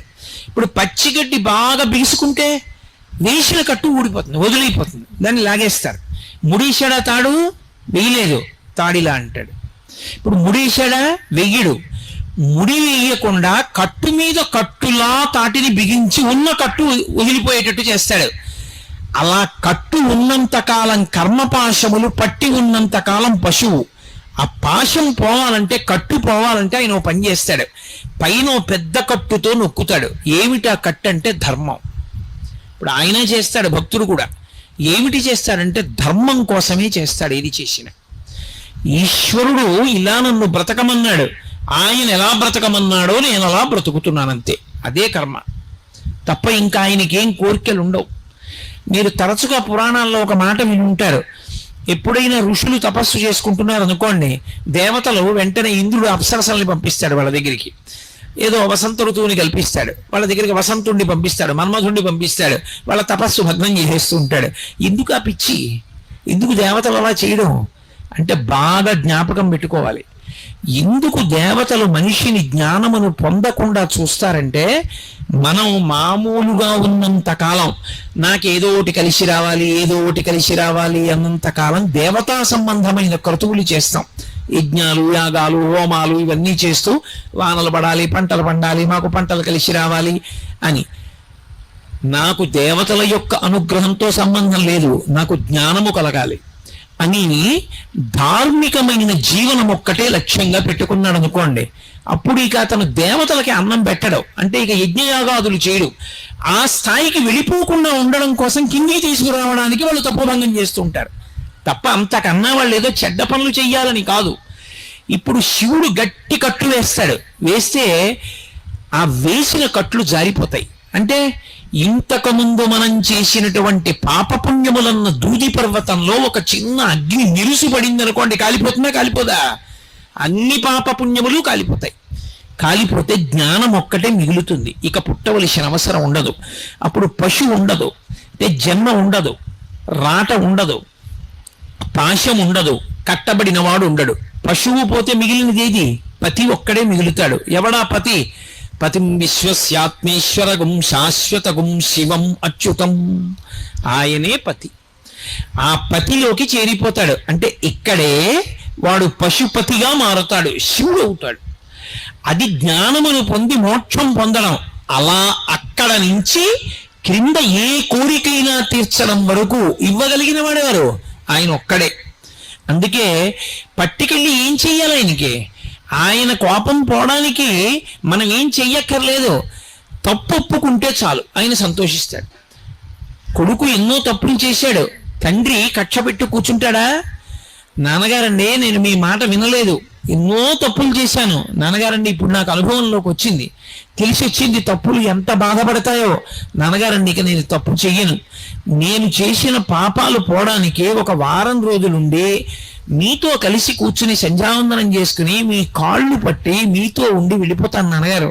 ఇక నేను జీవితంలో ఎంతో భక్తితో ధార్మికంగా బతుకుతానన్నాడు. తండ్రి పరమ సంతోషాన్ని పొందేస్తాడా? పొందేయడా? మనం కూడా రుద్రంలో అవే మాటలు చెప్తాం.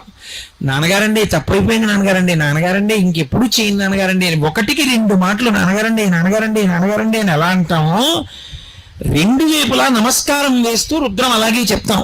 అందుకే నమః సోమాయ చ రుద్రాయ చ నమస్తామ్రాయ చ అరుణాయ చ నమః శంగాయ చ పశుపతయే చ నమః ఉగ్రాయ చ భీమాయ చ నమో అగ్రే వదాయ చ దూరే వదాయ చ నమో మంత్రే చ హనీయసే చ నమో వృక్షేభ్యో హరికేశేభ్యో నమస్తారాయ నమః శంభవే చ.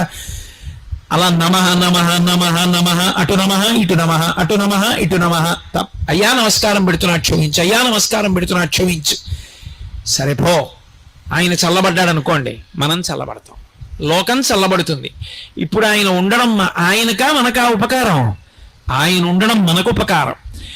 ఆయన వెంటనే అనుగ్రహిస్తాడు, వెంటనే అనుగ్రహించి ఇంట ప్రశాంతత కల్పిస్తాడు. కాబట్టి సజ్జోజాత ముఖమున్నవాడు అని పిలుస్తారు. అందుకని సజ్జోజాతుడు అని పేరు వచ్చిన శివాలయాలన్నిటిలోకి ఆగమంలో చాలా గొప్పది అని దేన్ని పిలుస్తారంటే, పశ్చిమాభిముఖమైనటువంటి శివలింగం ఏ గుళ్ళో ఉంటుందో ఆ శివాలయం మిగిలిన శివాలయాలన్నిటికన్నా గొప్పది. ఎందుకంటే శివుడి యొక్క పశ్చిమ ముఖం సజ్జోజాత ముఖం. సజ్జోజాతం ప్రపద్యామి సజ్జోజాతాయ వై నమో నమః అని ఆయన పంచమంత్ర పఠనంలో చెప్తాం కదా. సజ్జోజాతుడు అంటే అప్పటికప్పుడు అక్కడికక్కడ కోరిక తీర్చడానికి వచ్చి కటాక్షించేటటువంటి లక్షణం ఉన్నవాడు. కాబట్టి ఇప్పుడు ఆయన ఇటువంటి అనుగ్రహ ప్రదాత. కాబట్టి ఆయనకి కార్మిక మలము లేదు. అంటే గత జన్మలలో చేసుకున్నటువంటి ఉన్నాడన్న మాట ఒకటి ఉందిగా. ఏది పూజ అసలు? అసలు ఆ భావన ఎక్కడుంది?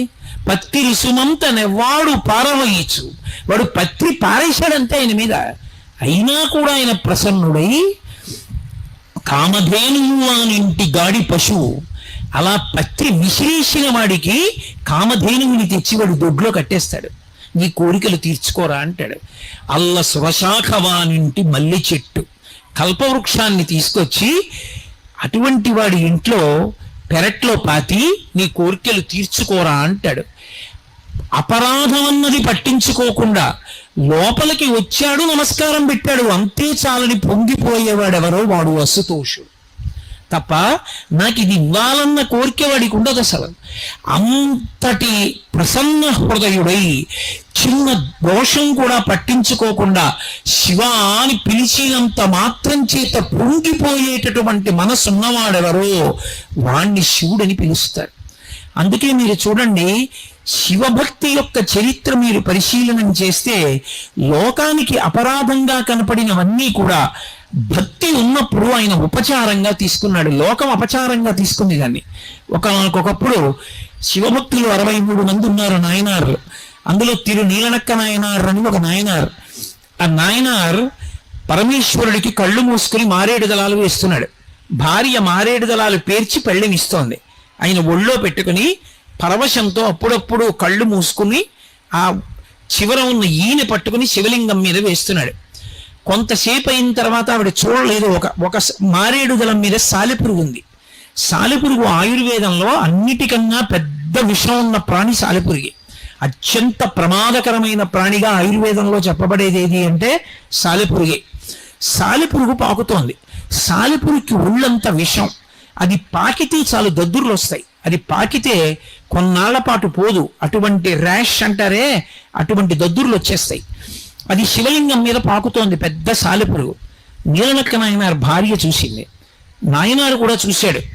ఆయన మహానుభావుడు. ఆయన ఒంటి మీద సాలెపురుగు పాకితే ఆయనకి లెక్క ఊరుకున్నాడు. నాయనారు భార్య చూసి అనుకుంది, అమ్మో నా తండ్రి శరీరం అంత కోమలంగా ఉంటుంది, ఆయన ఒళ్ళంతా పాకేస్తోందే సాలెపురుగు, ఒళ్ళంతా ఎంత తట్లు కట్టేస్తుందో, ఎంత దురద పెడుతుందో ఆయనకని భయపడి కన్నతల్లి పిల్లవాడికి ఏదైనా ఇబ్బంది వస్తే వెంటనే తూతూ అంటుంది అని శ్రీకృష్ణ కర్ణామృతంలో లీలాశకుడు కూడా అంటాడు. ఆ తూతూ అని ఉమ్మేసి గబగబా రాసేస్తుంది ముందు వాడికి ఆ ఇబ్బంది కలగకుండా చూడ్డానికి. అలా ఆమె కన్న తల్లిలా అమ్మో శివుడికి ఎక్కడ ఇబ్బంది వస్తుందో అని చేతిలో ఉమ్మేసుకుని శివలింగానికి రాసేసింది. రాస్తే నాయనారు చూశాడు. దుర్మార్గురాలా, శివలింగానికి ఉమ్ము రాశావా? ఇక నేను నా జీవితంలో నిన్ను చూడను. ఇంటి బయట వేరే ఇల్లుంది, ఆ ఇంట్లో ఉండు, ఇక నువ్వు నా కంట పడద్దు జీవితంలో అన్నాడు. ఆమె బాధపడుతూ వెళ్ళి ఆ ఇంట్లో ఉంది. రాత్రి నాయనారు వెళ్ళి పడుకున్నాడు. పరమశివుడు కల్లోకి వచ్చాడు. ఒళ్ళంతా దద్దుర్లే, ఒక్క చోట దద్దుర్లు లేవు.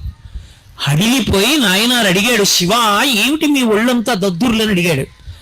నువ్వు మారేడు దళానికి సాలెపురుగు ఉండగా చేసేసావుగా పూజ, అది నా ఒళ్ళంతా పాకింది, ఒళ్ళంతా దద్దుర్లు వచ్చాయి. ఇక్కడ ఒక్క చోట దద్దురు ఎందుకు లేదో తెలుసా? నా ఒళ్ళు దద్దుర్లు ఎక్కుతోందని బెంగ పెట్టుకుని మీ ఆవిడ ఉమ్ము రాసింది.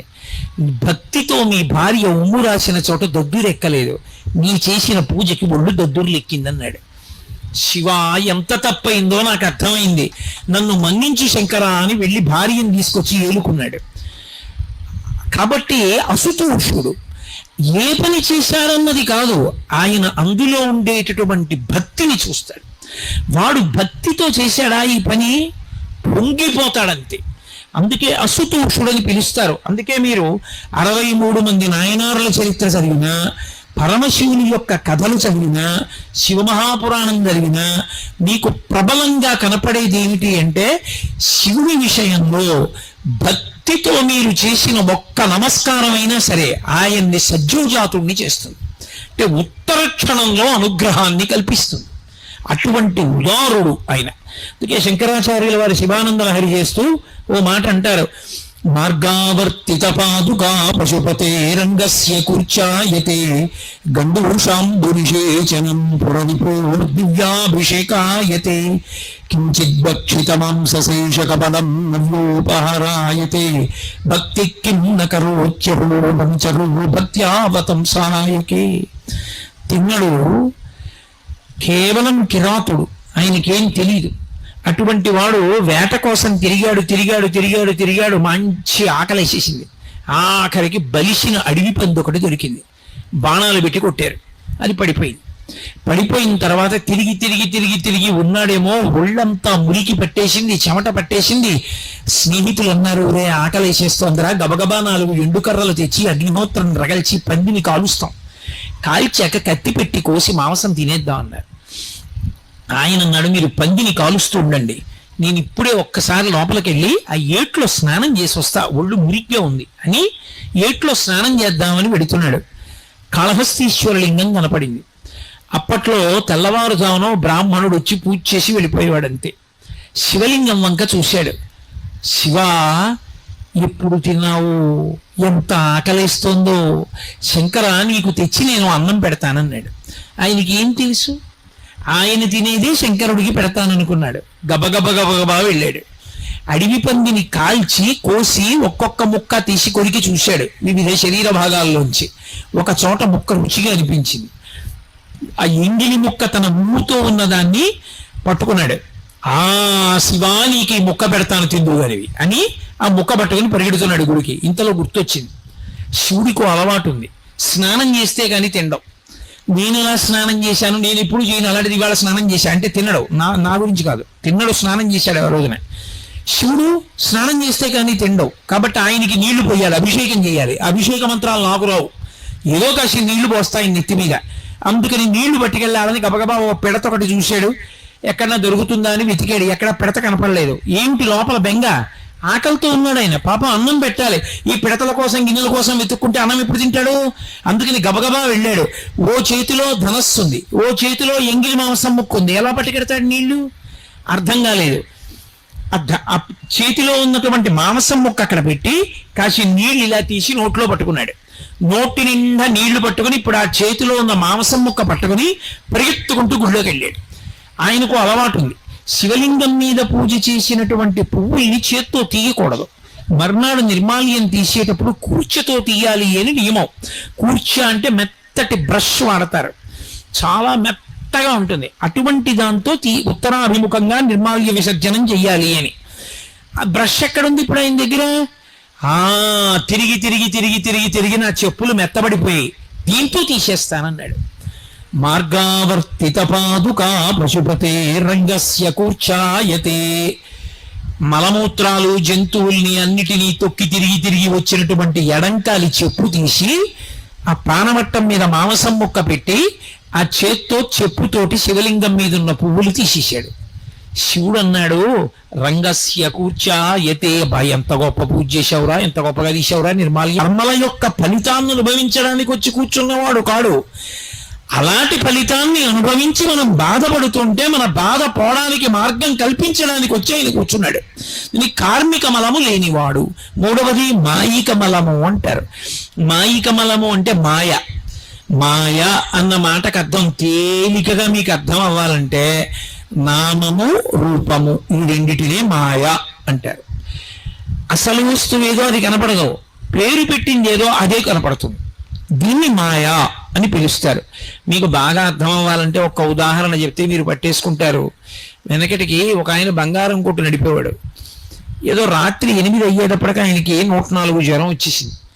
అంత జ్వరం వచ్చేసి చలి కుదుపు వచ్చి ఇంకా కొట్టులో కూర్చోలేక వెళ్ళిపోతూ ఒరే రాత్రి కొట్టుకి జాగ్రత్తగా దింపు, ఆ ఎదురుగుండా ఉన్నటువంటి చట్రం తాళాలు జాగ్రత్తగా వేసిరా ఇంటికి అని కొడుక్కి చెప్పి వెళ్ళిపోయాడు. మంచి జ్వరం, సంధిలో ఉన్నాడు, పడుకున్నాడు, నిద్రపోయాడు. ఏదో ఔషధం సేవించాడు. తెల్లవారేటప్పటికి జ్వరం తగ్గింది. కొడుకుని పిలిచాడు, ఎరా రాత్రి కొట్టంతా జాగ్రత్తగా ఉందా? తలుపులేసి తాళాలేసి వచ్చావా? లోపల ఉండవలసిన బంగారం అంతా ఉందా అన్నాడు. కొడుకు అన్నాడు, నాన్నగారు లోపల బంగారం ఏం లేదన్నాడు. బంగారం లేకపోవడం ఏమిట్రా, పరిగెత్తుకెళ్ళి చూసిరా అన్నాడు. గబగబా కొడుకు వెళ్ళి కొట్టు తాళం తీసి చూసి మళ్ళీ తాళం వేసేసి వచ్చి నాన్నగారు లోపల బంగారం ఏమీ లేదన్నాడు. బంగారం లేకపోవడం ఏమిట్రా అన్నాడు. నిజం నాన్నగారు, చంద్రహారాలు ఉన్నాయి, ఉంగరాలు ఉన్నాయి, కేయూరములు ఉన్నాయి, కంకణాలు ఉన్నాయి, వడ్డాణాలు ఉన్నాయి, కర్ణాభరణములు ఉన్నాయి, పాపట పిందెలు ఉన్నాయి, గాజులు ఉన్నాయి, ఉంగరాలు ఉన్నాయి, బంగారం మాత్రం లేదు. తండ్రి అన్నాడు, ఓరి మూర్ఖుడా, బంగారం లేని ఆభరణాలు ఉంటాయిరా? బంగారం లేదు ఆభరణం ఉంటుందా? ఆభరణం లేకపోయినా బంగారం ఉంటుంది. చంద్రహారం ఉండక్కర్లేదు, కరిగించేస్తే బంగారం ఉంటుంది. బంగారానికి విలువ, చంద్రహారానికి కాదు విలువ. చంద్రహారం పొడుగు చూసి డబ్బుచ్చుకోరు, చంద్రహారం బరువు చూసి డబ్బుచ్చుకుంటారు. అందులో ఎంత బంగారం ఉంది చూస్తారు. బంగారం ఇవ్వకుండా చంద్రహారం ఇవ్వండి అంటే ఇస్తారా? చంద్రహారం లేకపోయినా బంగారం ముద్దగా ఇంట్లో పెట్టుకోవచ్చు, అంతే విలువ. ఒరే ఉన్నది బంగారమేరా, చంద్రహారాలుగా, గొలుసులుగా, ఉంగరాలుగా, కేయూరములుగా, పాపట పిందులుగా ఉంది. బంగారం లేదంటావే మూర్ఖుడా, ఉన్నది ఆభరణములు బంగారమే. కొడుకు అన్నాడు, బంగారం ఎక్కడుందండి? చంద్రహారాలు ఉన్నాయి, గొలుసులు ఉన్నాయి, ఉంగరాలు ఉన్నాయి, బంగారం బంగారం అంటారేంటి? ఒరే బంగారమేరా చంద్రహారాలు గొలుసులైంది. అలాగే ఉన్న ఆ ఒక్క పరమాత్మయే ఇన్ని రూపాలు పొందాడు. సహస్రశీర్షా పురుష సహస్రాక్ష సహస్రపాత్.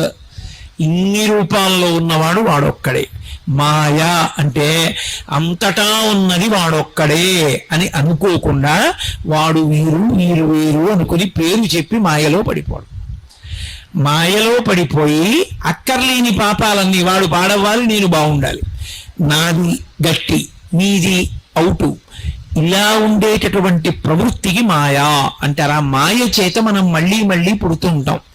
ఆ మాయ లేనివాడు ఆయన. అందుకని మాయికమలము ఆయనకి లేదు, మాయికమలము మనకుంది. కాబట్టి ఆణవమలము, కార్మికమలము, మాయికమలము మూడిటితో తయారైన వాళ్ళం మనం. ఈ మూడు మలములు లేకుండా తయారైన వాడు పరమేశ్వరుడు. తయారైన వాడన్న మాట కూడా వాడకూడదు, ఆయన యందు లేవు అంతే. అటువంటి వాడు ఆయన కానిది ఒకటి ఉన్నది అని చెప్పడం కుదరదు. అసలు ఆయన కానిది ఇది ఉందండి, శివుడు కానిది ఏదైనా ఉందా అని నేను అడిగాను అనుకోండి, మీకు లోకంలో నేను ఒకటి చూపిస్తాను, శివుడు కానిది ఒకటి ఉన్నది అని చెప్పడానికి ఏదీ లేదు. శివుడే అష్టమూర్తి అని పిలుస్తారు. శివుడే మనం ఈ కంటితో చూడడానికి వీలుగా 8 రూపములను పొందుతాడు. అయితే చిత్రం ఏంటంటే ఈ 8 రూపాల్ని కూడా పూర్తిగా పూజ చేయడం ఎవరికీ సాధ్యం కాదు. అందులో మొదటిది భూమి, రెండవది నీరు, మూడవది నిప్పు, నాలుగవది వాయువు, ఐదవది ఆకాశం, ఆరవది సూర్యుడు, ఏడవది చంద్రుడు, ఎనిమిదవది జీవుడు. నేను అనుకుంటుంటానే జీవుడు, ఆ జీవుడు 8వది. ఈ 8 శివుని యొక్క మూర్తులు, అందుకే అష్టమూర్తులు అని పిలుస్తారు. భూరంభం శనలో నిరోంబర మహార్నాథో హిమాంసు పుమాన్ ఇత్యాభాతి చరాచరాత్మకమిదం యస్యైవమూర్త్యస్తకం నాన్యత్కించన విద్యతే విమృశతాం యస్మాత్ పరస్మాద్ విభో తస్మై శ్రీ గురుమూర్తయే నమ ఇదం శ్రీ దక్షిణామూర్తయే అంటారు శంకర భగవత్పాదులు దక్షిణామూర్తి స్తోత్రంలో. ఈ 8గా ఉంటాడు. ఇప్పుడు నాకు ఒకటి చెప్పండి, ఈ 8 కానిది ఒకటి ఏమైనా ఉందా లోకంలో? ఉండదు. 8 ఉంటాయి. పృథివీ భూమి శివస్వరూపం. ఇప్పుడు నాకు చెప్పండి, అసలు మనం అనుభవిస్తున్నటువంటి సుఖమన్న మాట ఏది ఉన్నా శివుని యొక్క ఉచ్ఛిష్టమే. శివుని వలననే సుఖం ఉన్నది.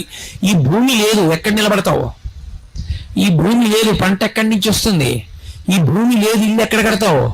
ఈ భూమి లేదు, భూమిలోంచి బొగ్గు రాకపోతే, భూమిలోంచి పెట్రోల్ రాకపోతే, భూమిలోంచి ఇనుము రాకపోతే కారు ఎక్కడి నుంచి తయారు చేస్తావు? విద్యుత్ శక్తి ఎలా తయారు చేస్తావు? నీరు లేదు, ఏం తాగి బతుకుతావు? పంట పండకపోతే ఏం తిని ఈ జీవరాశులన్నీ జీవిస్తాయి? గాలి లేదు, అసలు ప్రపంచం ఎలా నిలబడుతుంది? నిలబడదు. అగ్ని లేదు, ఎలా బ్రతుకుతుంది ప్రపంచం? ఉండదు.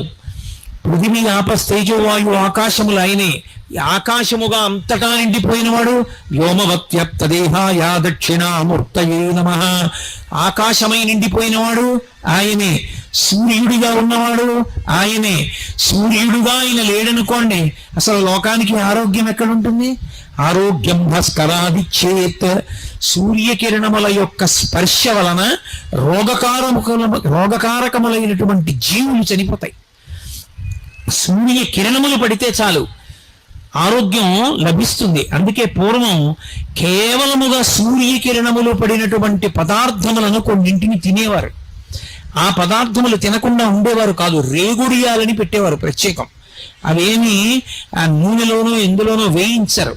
రేగుపళ్ళు తీసుకొచ్చి సూర్యకిరణాల్లో పెడతారు, గట్టి పడతాయి. ఆ రేగు ఒడియాలు దాచుకుని ఆ ఒడియని తినేవారు. అసలు ఈ గడ్డంతా రేగు చెట్లతో కూడుకున్నటువంటిది.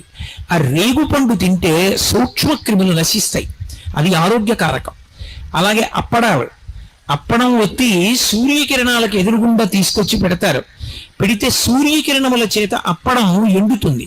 ఆ ఎండిన అప్పడాన్ని తీసుకెళ్లి డబ్బాలో పెట్టి ఉంచుతారు. ఎన్ని నెలలు ఉంటుంది? పాడవదు. సూర్యకిరణములు తగిలితే సూక్ష్మక్రిములు పోయి నిలవ ఉండే శక్తి వస్తుంది. సూర్యకిరణములే ఆరోగ్యములకంతటికీ కూడా కారణము. అటువంటి సూర్యబింబంగా ఉండేటటువంటి వాడు పరమశివుడు. ఏది ఆయన వంక చూస్తూ ఓ రోజు పొద్దున్నుంచి సాయంకాలం వరకు పూజ చేయి, సాధ్యమా? అసలు పువ్వు నువ్వు విసిరింది ఆయన మీద పడుతుందా? నువ్వు వేసిన నీళ్లు ఆయన మీద పడతాయా? చెయ్యలేవు. పృథివీకి అంతటికీ పూజ, ఈ భూమండలానికి అంతటికీ పూజ చేయగలవా? చెయ్యలేవు. ఉన్న నీటికి అంతటికీ పూజ చెయ్యలేవు. గాలికి అంతటికీ పూజ చెయ్యలేవు. ఆకాశానికి అంతటికీ పూజ చెయ్యలేవు. అగ్నికి అంతటికీ పూజ చెయ్యలేవు. చంద్రబింబానికి పూజ చెయ్యలేవు. జీవుడికి పూజ చెయ్యలేవు. నేనంటున్నావే, ఆ నేనన్నది ఎక్కడుందని దానికి పూజ చేస్తావు? చెయ్యలేవు. మరిప్పుడు ఆ 8 శివుడైతే అసలు ఆయనకి పూజలా చెయ్యలేం. కాబట్టే ఈ 8ంటికి ప్రతినిధులుగా మళ్ళీ 8 లింగాలుగా వచ్చాడు ఆయన. అందుకే కంచిలో పృథివీలింగం, కాంచీపురంలో ఏకాంబరేశ్వరుడు ఈ పృథివికంతటికీ సంకేతం. పృథివీ పట్ల మనం అనేకమైనటువంటి దోషాలు చేస్తాం. పృథివీ సూక్తం అని అందులో చెప్తారు. యన్మృత్తికాధననే పాపం. భూమి మీద గట్టిగా తాళనం చేయకూడదు. నడిచి వెడుతున్నాడు అనుకోండి, చప్పుడు అవ్వకూడదు. చప్పుడైందనుకోండి, భూమిని తాడనం చేసిన దోషం వస్తుంది. నిష్కారణంగా భూమిని తవ్వకూడదు. కారణం లేకుండా పుల్ల ముక్కెట్టి, గోళ్ళెట్టి, వేళ్ళెట్టి, కాళ్ళెట్టి మట్టి తవ్వాడనుకోండి, దోషం వస్తుంది. మృత్తికని నిష్కారణంగా కొట్టకూడదు. మృత్తిక మీద ఎక్కడ పడితే అక్కడ మలమూత్ర విసర్జన చేయకూడదు. ఈ దోషములు పోవాలంటే పృథివీలింగానికి పూజ చెయ్యాలి. ఆయన్ని దర్శనం చేసి నమస్కరించాలి. కంచిలో పృథివీలింగమై ఉన్నాడు. మట్టి దేనికి కరిగిపోతుంది? నీటికి కరిగిపోతుంది. మట్టి మీద నీళ్లు పోసామనుకోండి, కరిగిపోతుంది. మరి పృథివీలింగం అయితే దాని మీద అభిషేకం ఎలా? నీళ్లతో ఎలా అభిషేకం చేస్తారు? అందుకే కంచిలో పృథివీలింగానికి నీళ్లతో అభిషేకం చేయరు, మల్లె నూనెతో అభిషేకం చేస్తారు. ఒక్క మల్లె నూనె పోస్తారంతే. ఏకాంబరేశ్వర లింగం మీద మీరు ఇప్పటికీ కంచి వెడితే పక్షి గూడులా ఉంటుంది. దేంతో అభిషేకం చేస్తారండి అని అడిగారు అనుకోండి, అక్కడికి గంగాజలాలు అవి పట్టుకెడితే చేయరు. ఒక్క మల్లె నూనెతో అభిషేకం చేస్తారు. జలములు, ఈ నీరంతా కలిపి జంబుకేశ్వరంలో ఉంది శివలింగం, జలలింగం అంటారు. ఆ శివలింగం దగ్గర నీరు ఊరుతూ ఉంటుంది, కానీ ఎవరి మీద చల్లరా నీటిని తోడేసి పక్కన పోసేస్తుంటారు. నీటికంతటికీ ఆయన గుర్తు జలలింగం. అరుణాచలం అగ్నిలింగం, చిదంబరం ఆకాశలింగం. అలాగే కంచిలో పృథివీలింగం, జంబుకేశ్వరంలో జలలింగం, అరుణాచలంలో అగ్నిలింగం, చిదంబరంలో ఆకాశలింగం. పృథివీ ఆపస్ తేజో వాయు ఆకాశములు. శ్రీకాళహస్తిలో వాయులింగం. అందుకే ఇప్పటికీ ఈ భూమి మీద ఉన్న గాలి అంతా నేనే అని చెప్పడం కోసమని కాళహస్తీశ్వర లింగానికి ఎదురుగుండా పెద్ద ప్రమిదలో 2 ఒత్తులు వెలుగుతుంటాయి. మిగిలినటువంటి దీపాలన్నీ అలా నిలబడి ఉంటాయి. ఈ ఒక్క 2 ఒత్తులు శివలింగానికి ఎదురుగుండా ఉంటాయి. గాలి అంతా ఏది అంటే ఆయన ఉచ్ఛ్వాస నిశ్వాసలు. ఆయన విడిచిపెట్టి పీల్చే గాలి ప్రపంచమంతా ఉంటుంది. గాలి నేనేను సుమా అని చెప్పడానికే శ్రీకాళహస్తిలో శివలింగం ఎదురుగుండా ఉన్నటువంటి ప్రమిదలో ఉన్న 2 ఒత్తులలో వెలుగుతున్న దీపాలు ఎప్పుడు కదులుతుంటాయి. ఇలా ఒకానొకప్పుడు బ్రిటిష్ వాళ్ళు ఈ దేశాన్ని పరిపాలించినప్పుడు ఇదంతా ఉట్టి తప్పు మాట, ఎక్కడి నుంచో గాలి వస్తోంది, కదులుతున్నాయి ఆ ఒత్తులు. తలుపులన్నీ వేసేసారనుకోండి, ఆక్సిజన్ అయిపోయింది అనుకోండి, దీపం నిధనం అయిపోతుంది. ఏదో చిన్న ఒత్తి వేసి ఓ గాజు ఇది అడ్డు పెట్టి దానికి పైన చిన్న జాగా ఉంటుంది, దాని మీద మూత పెట్టేశారనుకోండి, లోపల ఉన్న ఆక్సిజన్ అయిపోతే దీపం నిధనం అయిపోతుంది, ఆరిపోతుంది. శ్రీకాళహస్తిలో అలా జరుగుతుంది అని ఏం చేశారంటే బ్రిటిష్ వాళ్ళు తలుపులన్నీ వేసేశారు. నేను చూస్తాం ఎందుకు ఆరిపోవో దీపాలని. అన్ని దీపాలు ఆరిపోయాయి. కాళహస్తీశ్వరుడు ఎదురుగుండా ఉన్న 2 దీపాలు మాత్రం ఆక్సిజన్ లోపల అయిపోయినా కూడా ఆ 2 జ్యోతులు మాత్రం అలా కదులుతూ వెలుగుతూనే ఉన్నాయి. ఈ దేశానికి సంబంధించని వాళ్ళు, ఈ మతానికి సంబంధించని వాళ్ళు, పశ్చిమ దేశాల నుంచి వచ్చిన వాళ్ళు 2 చేతులు ఎత్తి నమస్కారం చేశారు. ఇది ఈ దేశం యొక్క గొప్పతనం అని. కాబట్టి వాయువు కాళహస్తీశ్వరలింగం అయి ఉన్నాడు. అలాగే సూర్యుడికి చెయ్యలేం కాబట్టి సూర్యలింగంగా కోణార్కలో శివలింగం ఉంది. అలాగే చంద్రుడికి పూజ చేయలేం కాబట్టి చంద్రలింగంగా ఒరిస్సాలో సీతాకుండంలో వెలిశాడు. యజమాని నేను నేను నేను అన్న భావనకి పూజ చెయ్యలేం కాబట్టి కాఠ్మండు నేపాల్ యజమాన లింగం అయ్యాడు పశుపతినాథ్. కాబట్టి ఈ నేను ఆ నేనులో కలిసిపోయి అఖండమైపోవాలి, అందుకే పశుపతినాథ్ అయ్యాడు. ఇప్పుడు ఈ 8 మూర్తులు ఆయనే, 8 మూర్తులు ఆయనై 8 లింగములుగా మారాడు. ఆయన కానిది, ఆయన వలన పొందని సుఖము ఈ లోకంలో ఏముంది నాకు చెప్పండి. అందుకే కృతజ్ఞతతో భయంకరమైనటువంటి పాపం చేయించాలి వీడితో అనుకుంటే 2 శాపాలు ఇస్తారు. ఒకటి, నీ ఇంట జిల్లేడు చెట్టు పుట్టుగాక, నీ జీవితమునందు నీకు శివభక్తి లేకుండుగాక అని శపిస్తారు. ఇంట్లో జిల్లేడు చెట్టు పుట్టిందనుకోండి ఐశ్వర్యం పోతుంది. అందుకే ఇంట్లో జిల్లేడు చెట్టు పుడితే వెంటనే జిల్లేడు చెట్టు తీసేస్తారు. ఇంటి ప్రహారీ గోడ బయట ఉండాలి తప్ప ఇంట్లో జిల్లేడు చెట్టు ఉండకూడదు. 2, శివభక్తి నీకు కలగకుండుగాక. వాడికి శివభక్తి లేకుండా పోయిందనుకోండి, వాడంత కృతజ్ఞుడు ఇంకొకడు ఉండడు. రౌరవాది నరకాలకు పోతాడు, కొన్ని కోట్ల జన్మలు తిరియక్కుగా పోతాడు. అందుకే అవతల వాడిని ఉద్ధరించాలనుకున్నారనుకోండి, నీకు శివభక్తి కలుగుగాక అని ఆశీర్వచనం చేస్తారు. అంత గొప్పది శివభక్తి. ఆయన అశుతోషుడు, అన్నీ ఆయన ఉంటే ఆయనకి మనం ఏమివ్వాలి? ఆయనకి మనం ఇవ్వడానికి ఏమి ఉండదు. అందుకే శివుడికి ఒక్కడికే ఒక పేరుంది, ఆయనకి అశుతోషుడు అని ఒక పేరు. అశుతోషుడు అంటే ఎంత చిన్నదని మీరు అంటారో అంత చిన్నదానికి అంత పెద్ద పొంగగలిగిన వాడు, అంత పొంగిపోతాడు. అంత పొంగిపోయే లక్షణం అంత చిన్నదానికి ఉన్నవాడెవరో ఆయనని అశుతోషుడు అంటారు. ఆయనకి పట్టికెళ్ళి ఇది ఇస్తే సంతోషిస్తాడని ఏం లేదు. అందుకే సజ్జోజాతుడు. మీరు ఎక్కడ నిలబడి మనసులో ఆయన్ని తలుచుకొని సంతోషించారనుకోండి, ఒక నమస్కారం చేశారనుకోండి, పొంగిపోతాడంతే. ఉబ్బులింగడు అంటే వెళ్ళి పొగిడితే పొంగిపోతాడు కాదు, అది తప్పు. అలా అనకూడదు. ఉబ్బులింగడు అసతోషుడు అన్న మాటకు అర్థం ఏంటంటే, భక్తి కలిగిన వాడు ఏం చేశాడని అడగడు, భక్తి అంటూ ఉంటే చాలు. శ్రీశైలేషు భజింతనో యభవు కంచీనాథు సేవింతనో కాశీవల్లభు కల్వబోధన మహాకాళేషు సేవింతనో నా శీలం వణువైన మేరువణుచున్ రక్షింపవే నీ కృపా శ్రీ శృంగార విలాసహాసములచే శ్రీకాళహస్తీశ్వర. ఏమీ చెయ్యలేదు శివ, నన్ను కాపాడు అని అడిగితే చాలు, గుర్తుపెట్టుకుంటాడు. అందుకే శ్రీకాళహస్తిలో పశ్చిమాభిముఖుడై ఉంటాడు. పశ్చిమం దేనికి గుర్తు? సూర్యాస్తమయానికి గుర్తు. సూర్యాస్తమయం అంటే అయిపోయింది, పొద్దు వాలిపోయింది.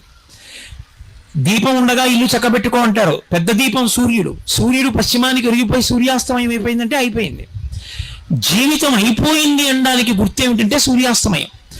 అటువంటప్పుడు ఆఖరి ఊపిరిలో నీ ఊపిరిని నేను భగవన్నామంగా మార్చి నీ చేత భగవన్నామం చెప్పించి నువ్వు భగవన్నామం చెప్తూ వెళ్ళిపోయావన్న పుణ్యంతో నేను నాలో కలుపుకుంటానని అభయం ఇస్తాడు ఆయన.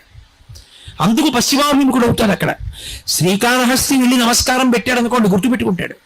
వీడిని నేను గుర్తుపెట్టుకోవాలని వాడి ఆఖరి ఊపిరిలో భగవన్నామం చెప్పిస్తాడు. చెప్పించి తనలో కలుపుకుంటాడు. అశుతోషుడు. ఆయనకి ఇది చెయ్యాలనేం లేదు.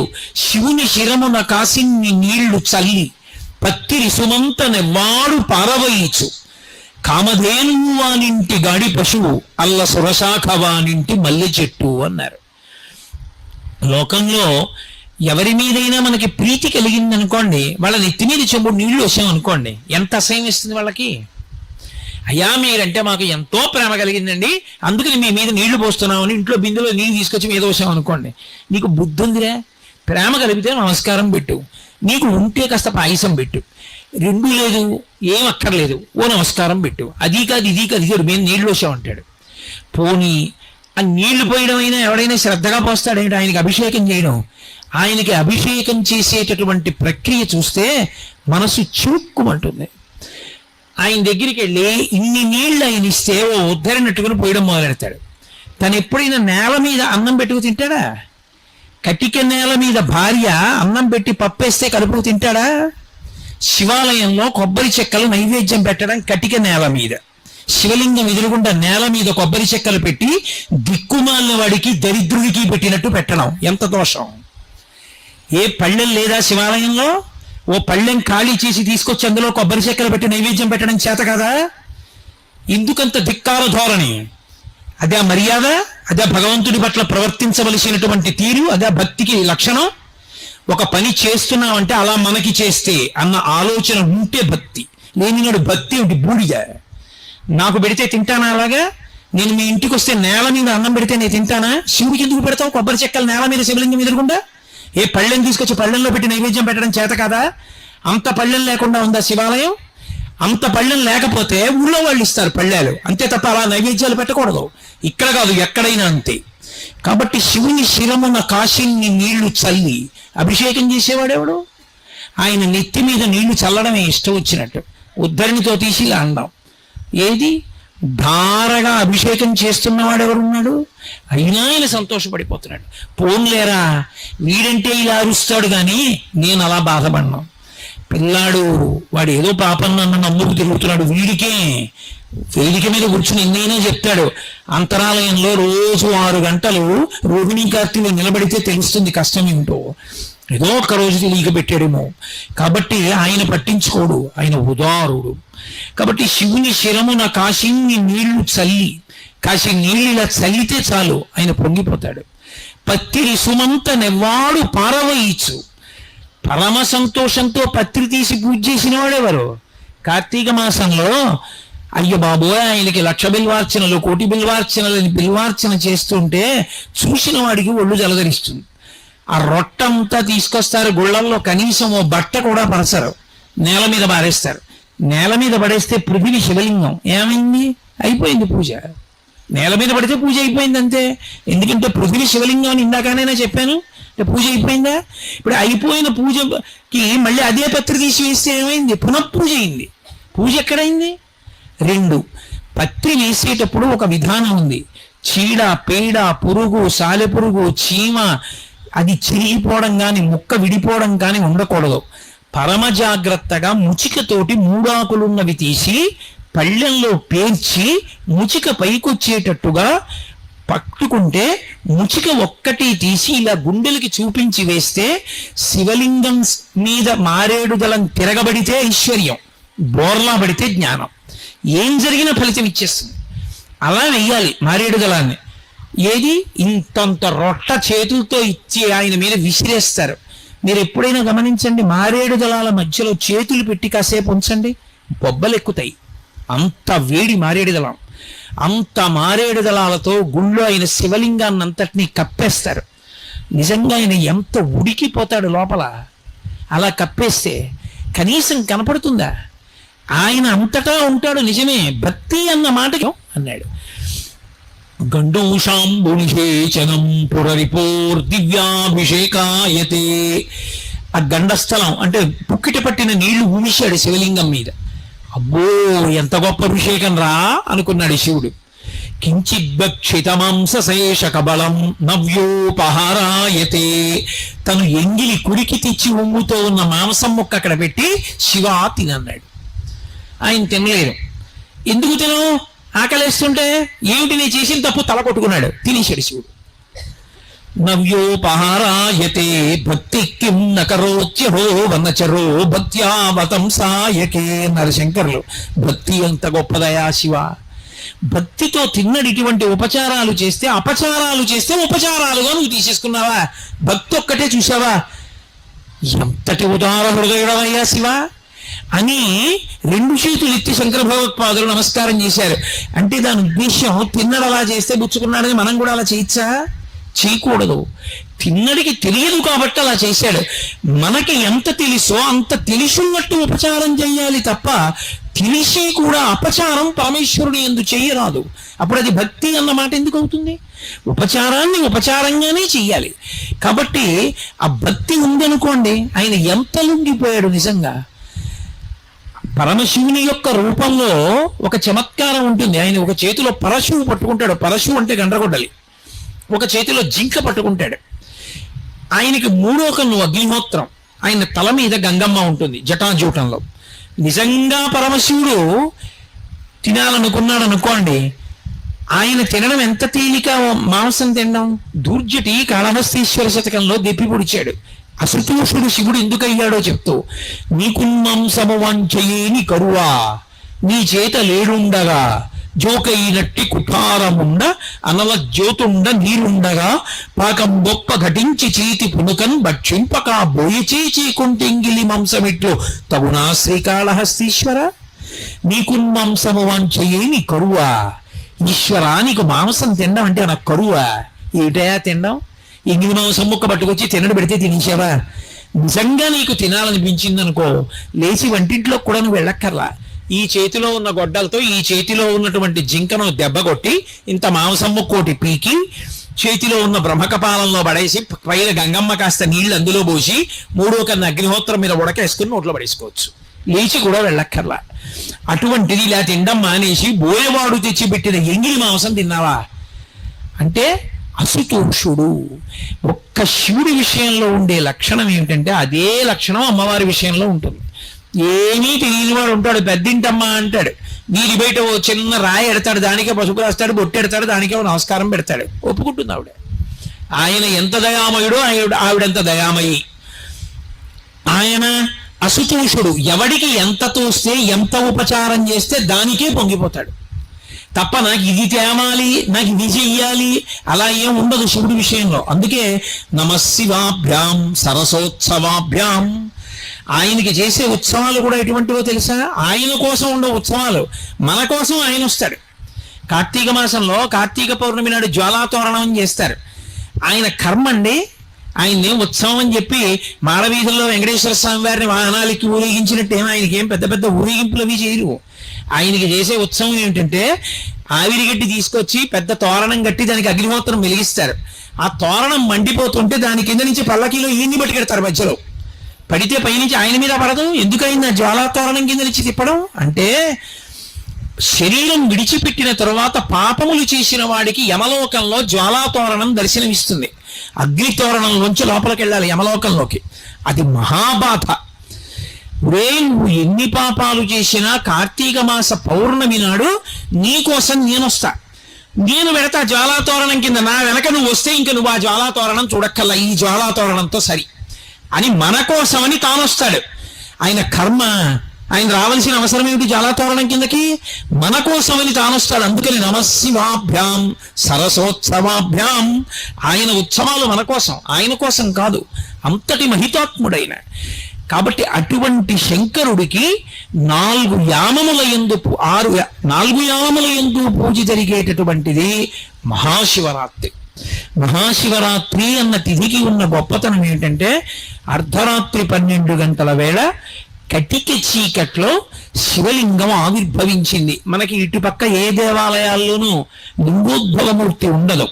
ఇప్పటికీ మీరు అది చూడాలి అంటే శ్రీకాళహస్తి దేవాలయం వెనక్కి వెడితే వెనక గోడ మీద కనబడుతుంది లింగోద్భవమూర్తి. అంటే లింగంలో శివుడు ఉంటాడు, తల కనపడదు, పాదాలు కనబడవు.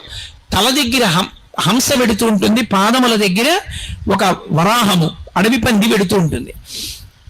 ఎందుకలా అంటే ఆయన ఆపాతాళ నభస్థలంత భువన బ్రహ్మాండమా విస్ఫుర జ్యోతిస్పాటిక లింగమౌళి విలసత్పూర్ణిందు అంతామృతై. కటిక చీకట్లో ఒక జ్యోతిస్తంభం ఏర్పడింది. చీకట్లో అంత పెద్ద జ్యోతిస్తంభం లేచిందనుకోండి, ఎంత వెలుతురు వస్తుంది?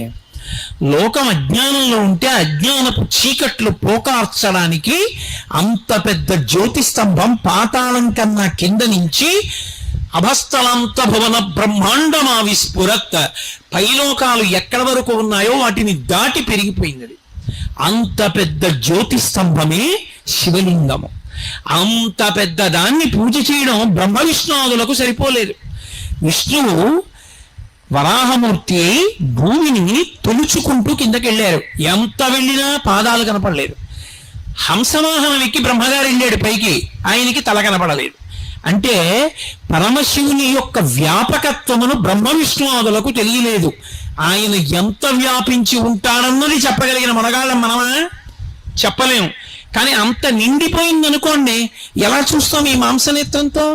ఎలా చేస్తాం పూజ? అందుకని అది తరిగిపోయి కిందకు వచ్చేస్తే లింగం అవుతుంది. అందుకే లింగం చతురస్రాకారంగా ఉంటే పడుకుందంటారు.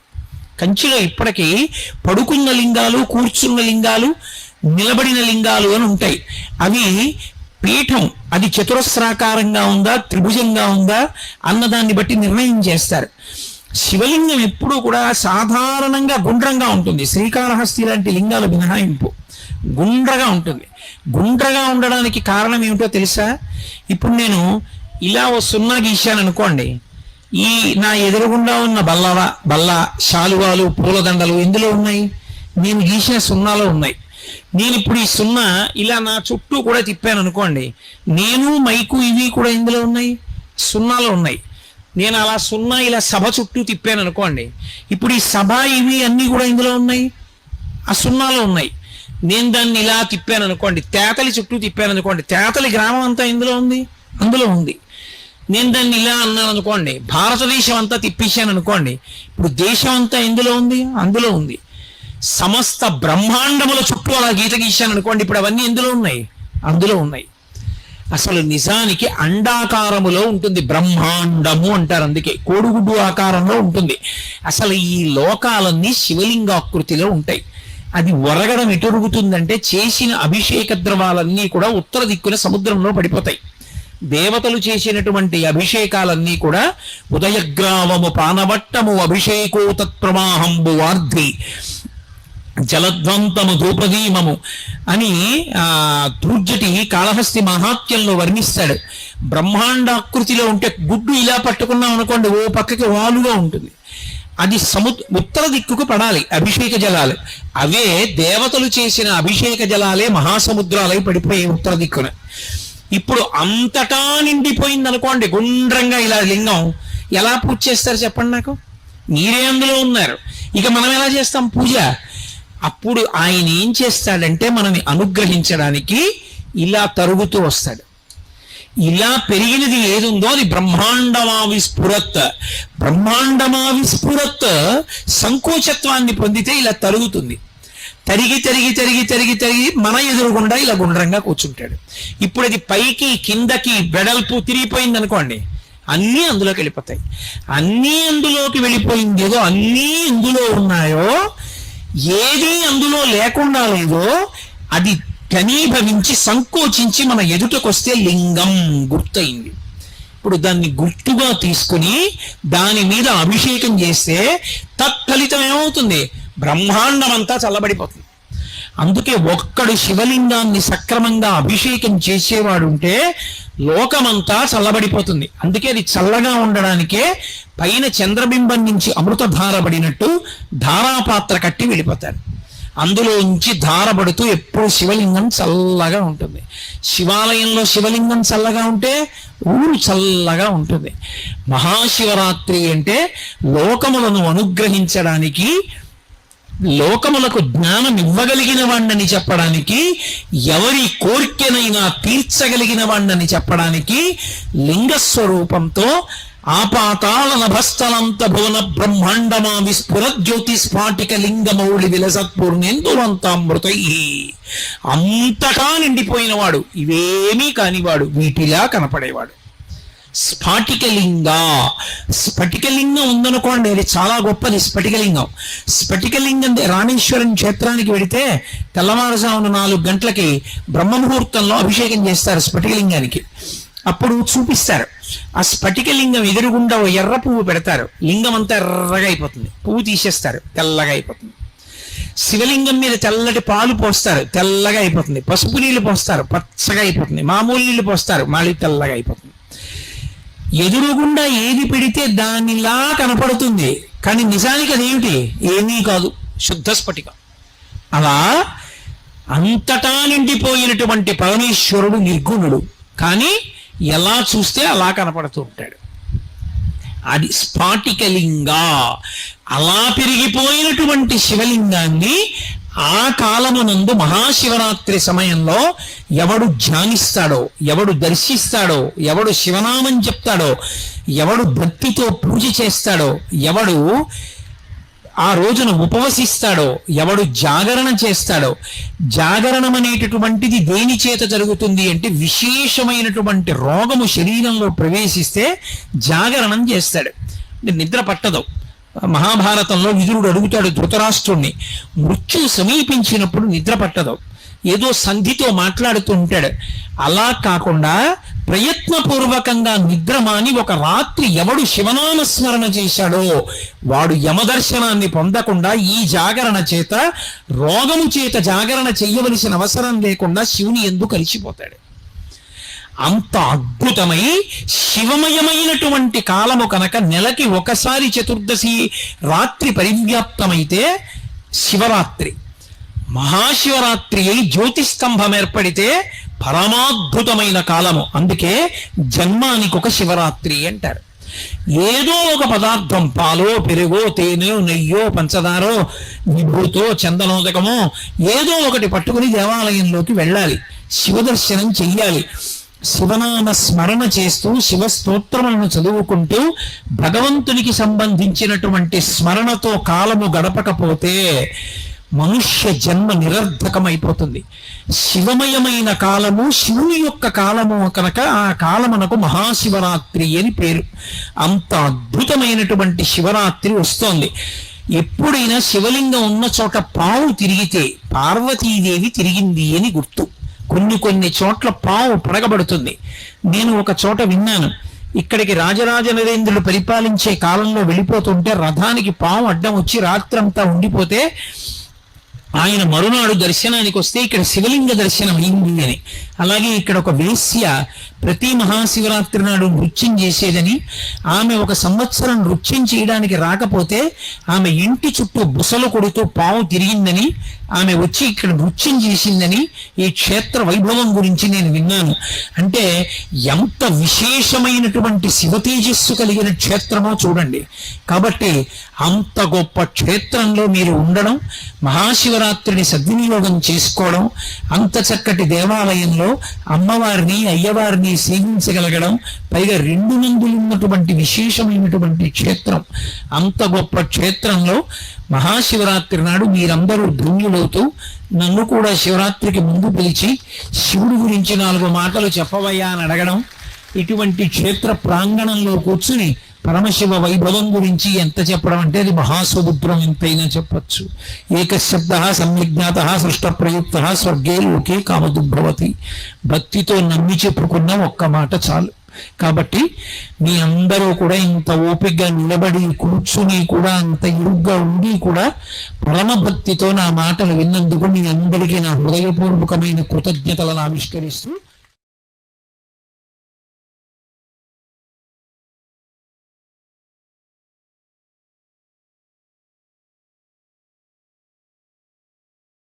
ఒక్కొక్క కాలమునందు ఈశ్వరుడి యొక్క అనుగ్రహం చాలా విశేషంగా ఉన్న కారణం చేత ఒక జీవిత పర్యాంతానికి సరిపడినటువంటి ఉపాసన ఆ రోజు చేసుకోవడానికి సాధ్యమవుతుంది.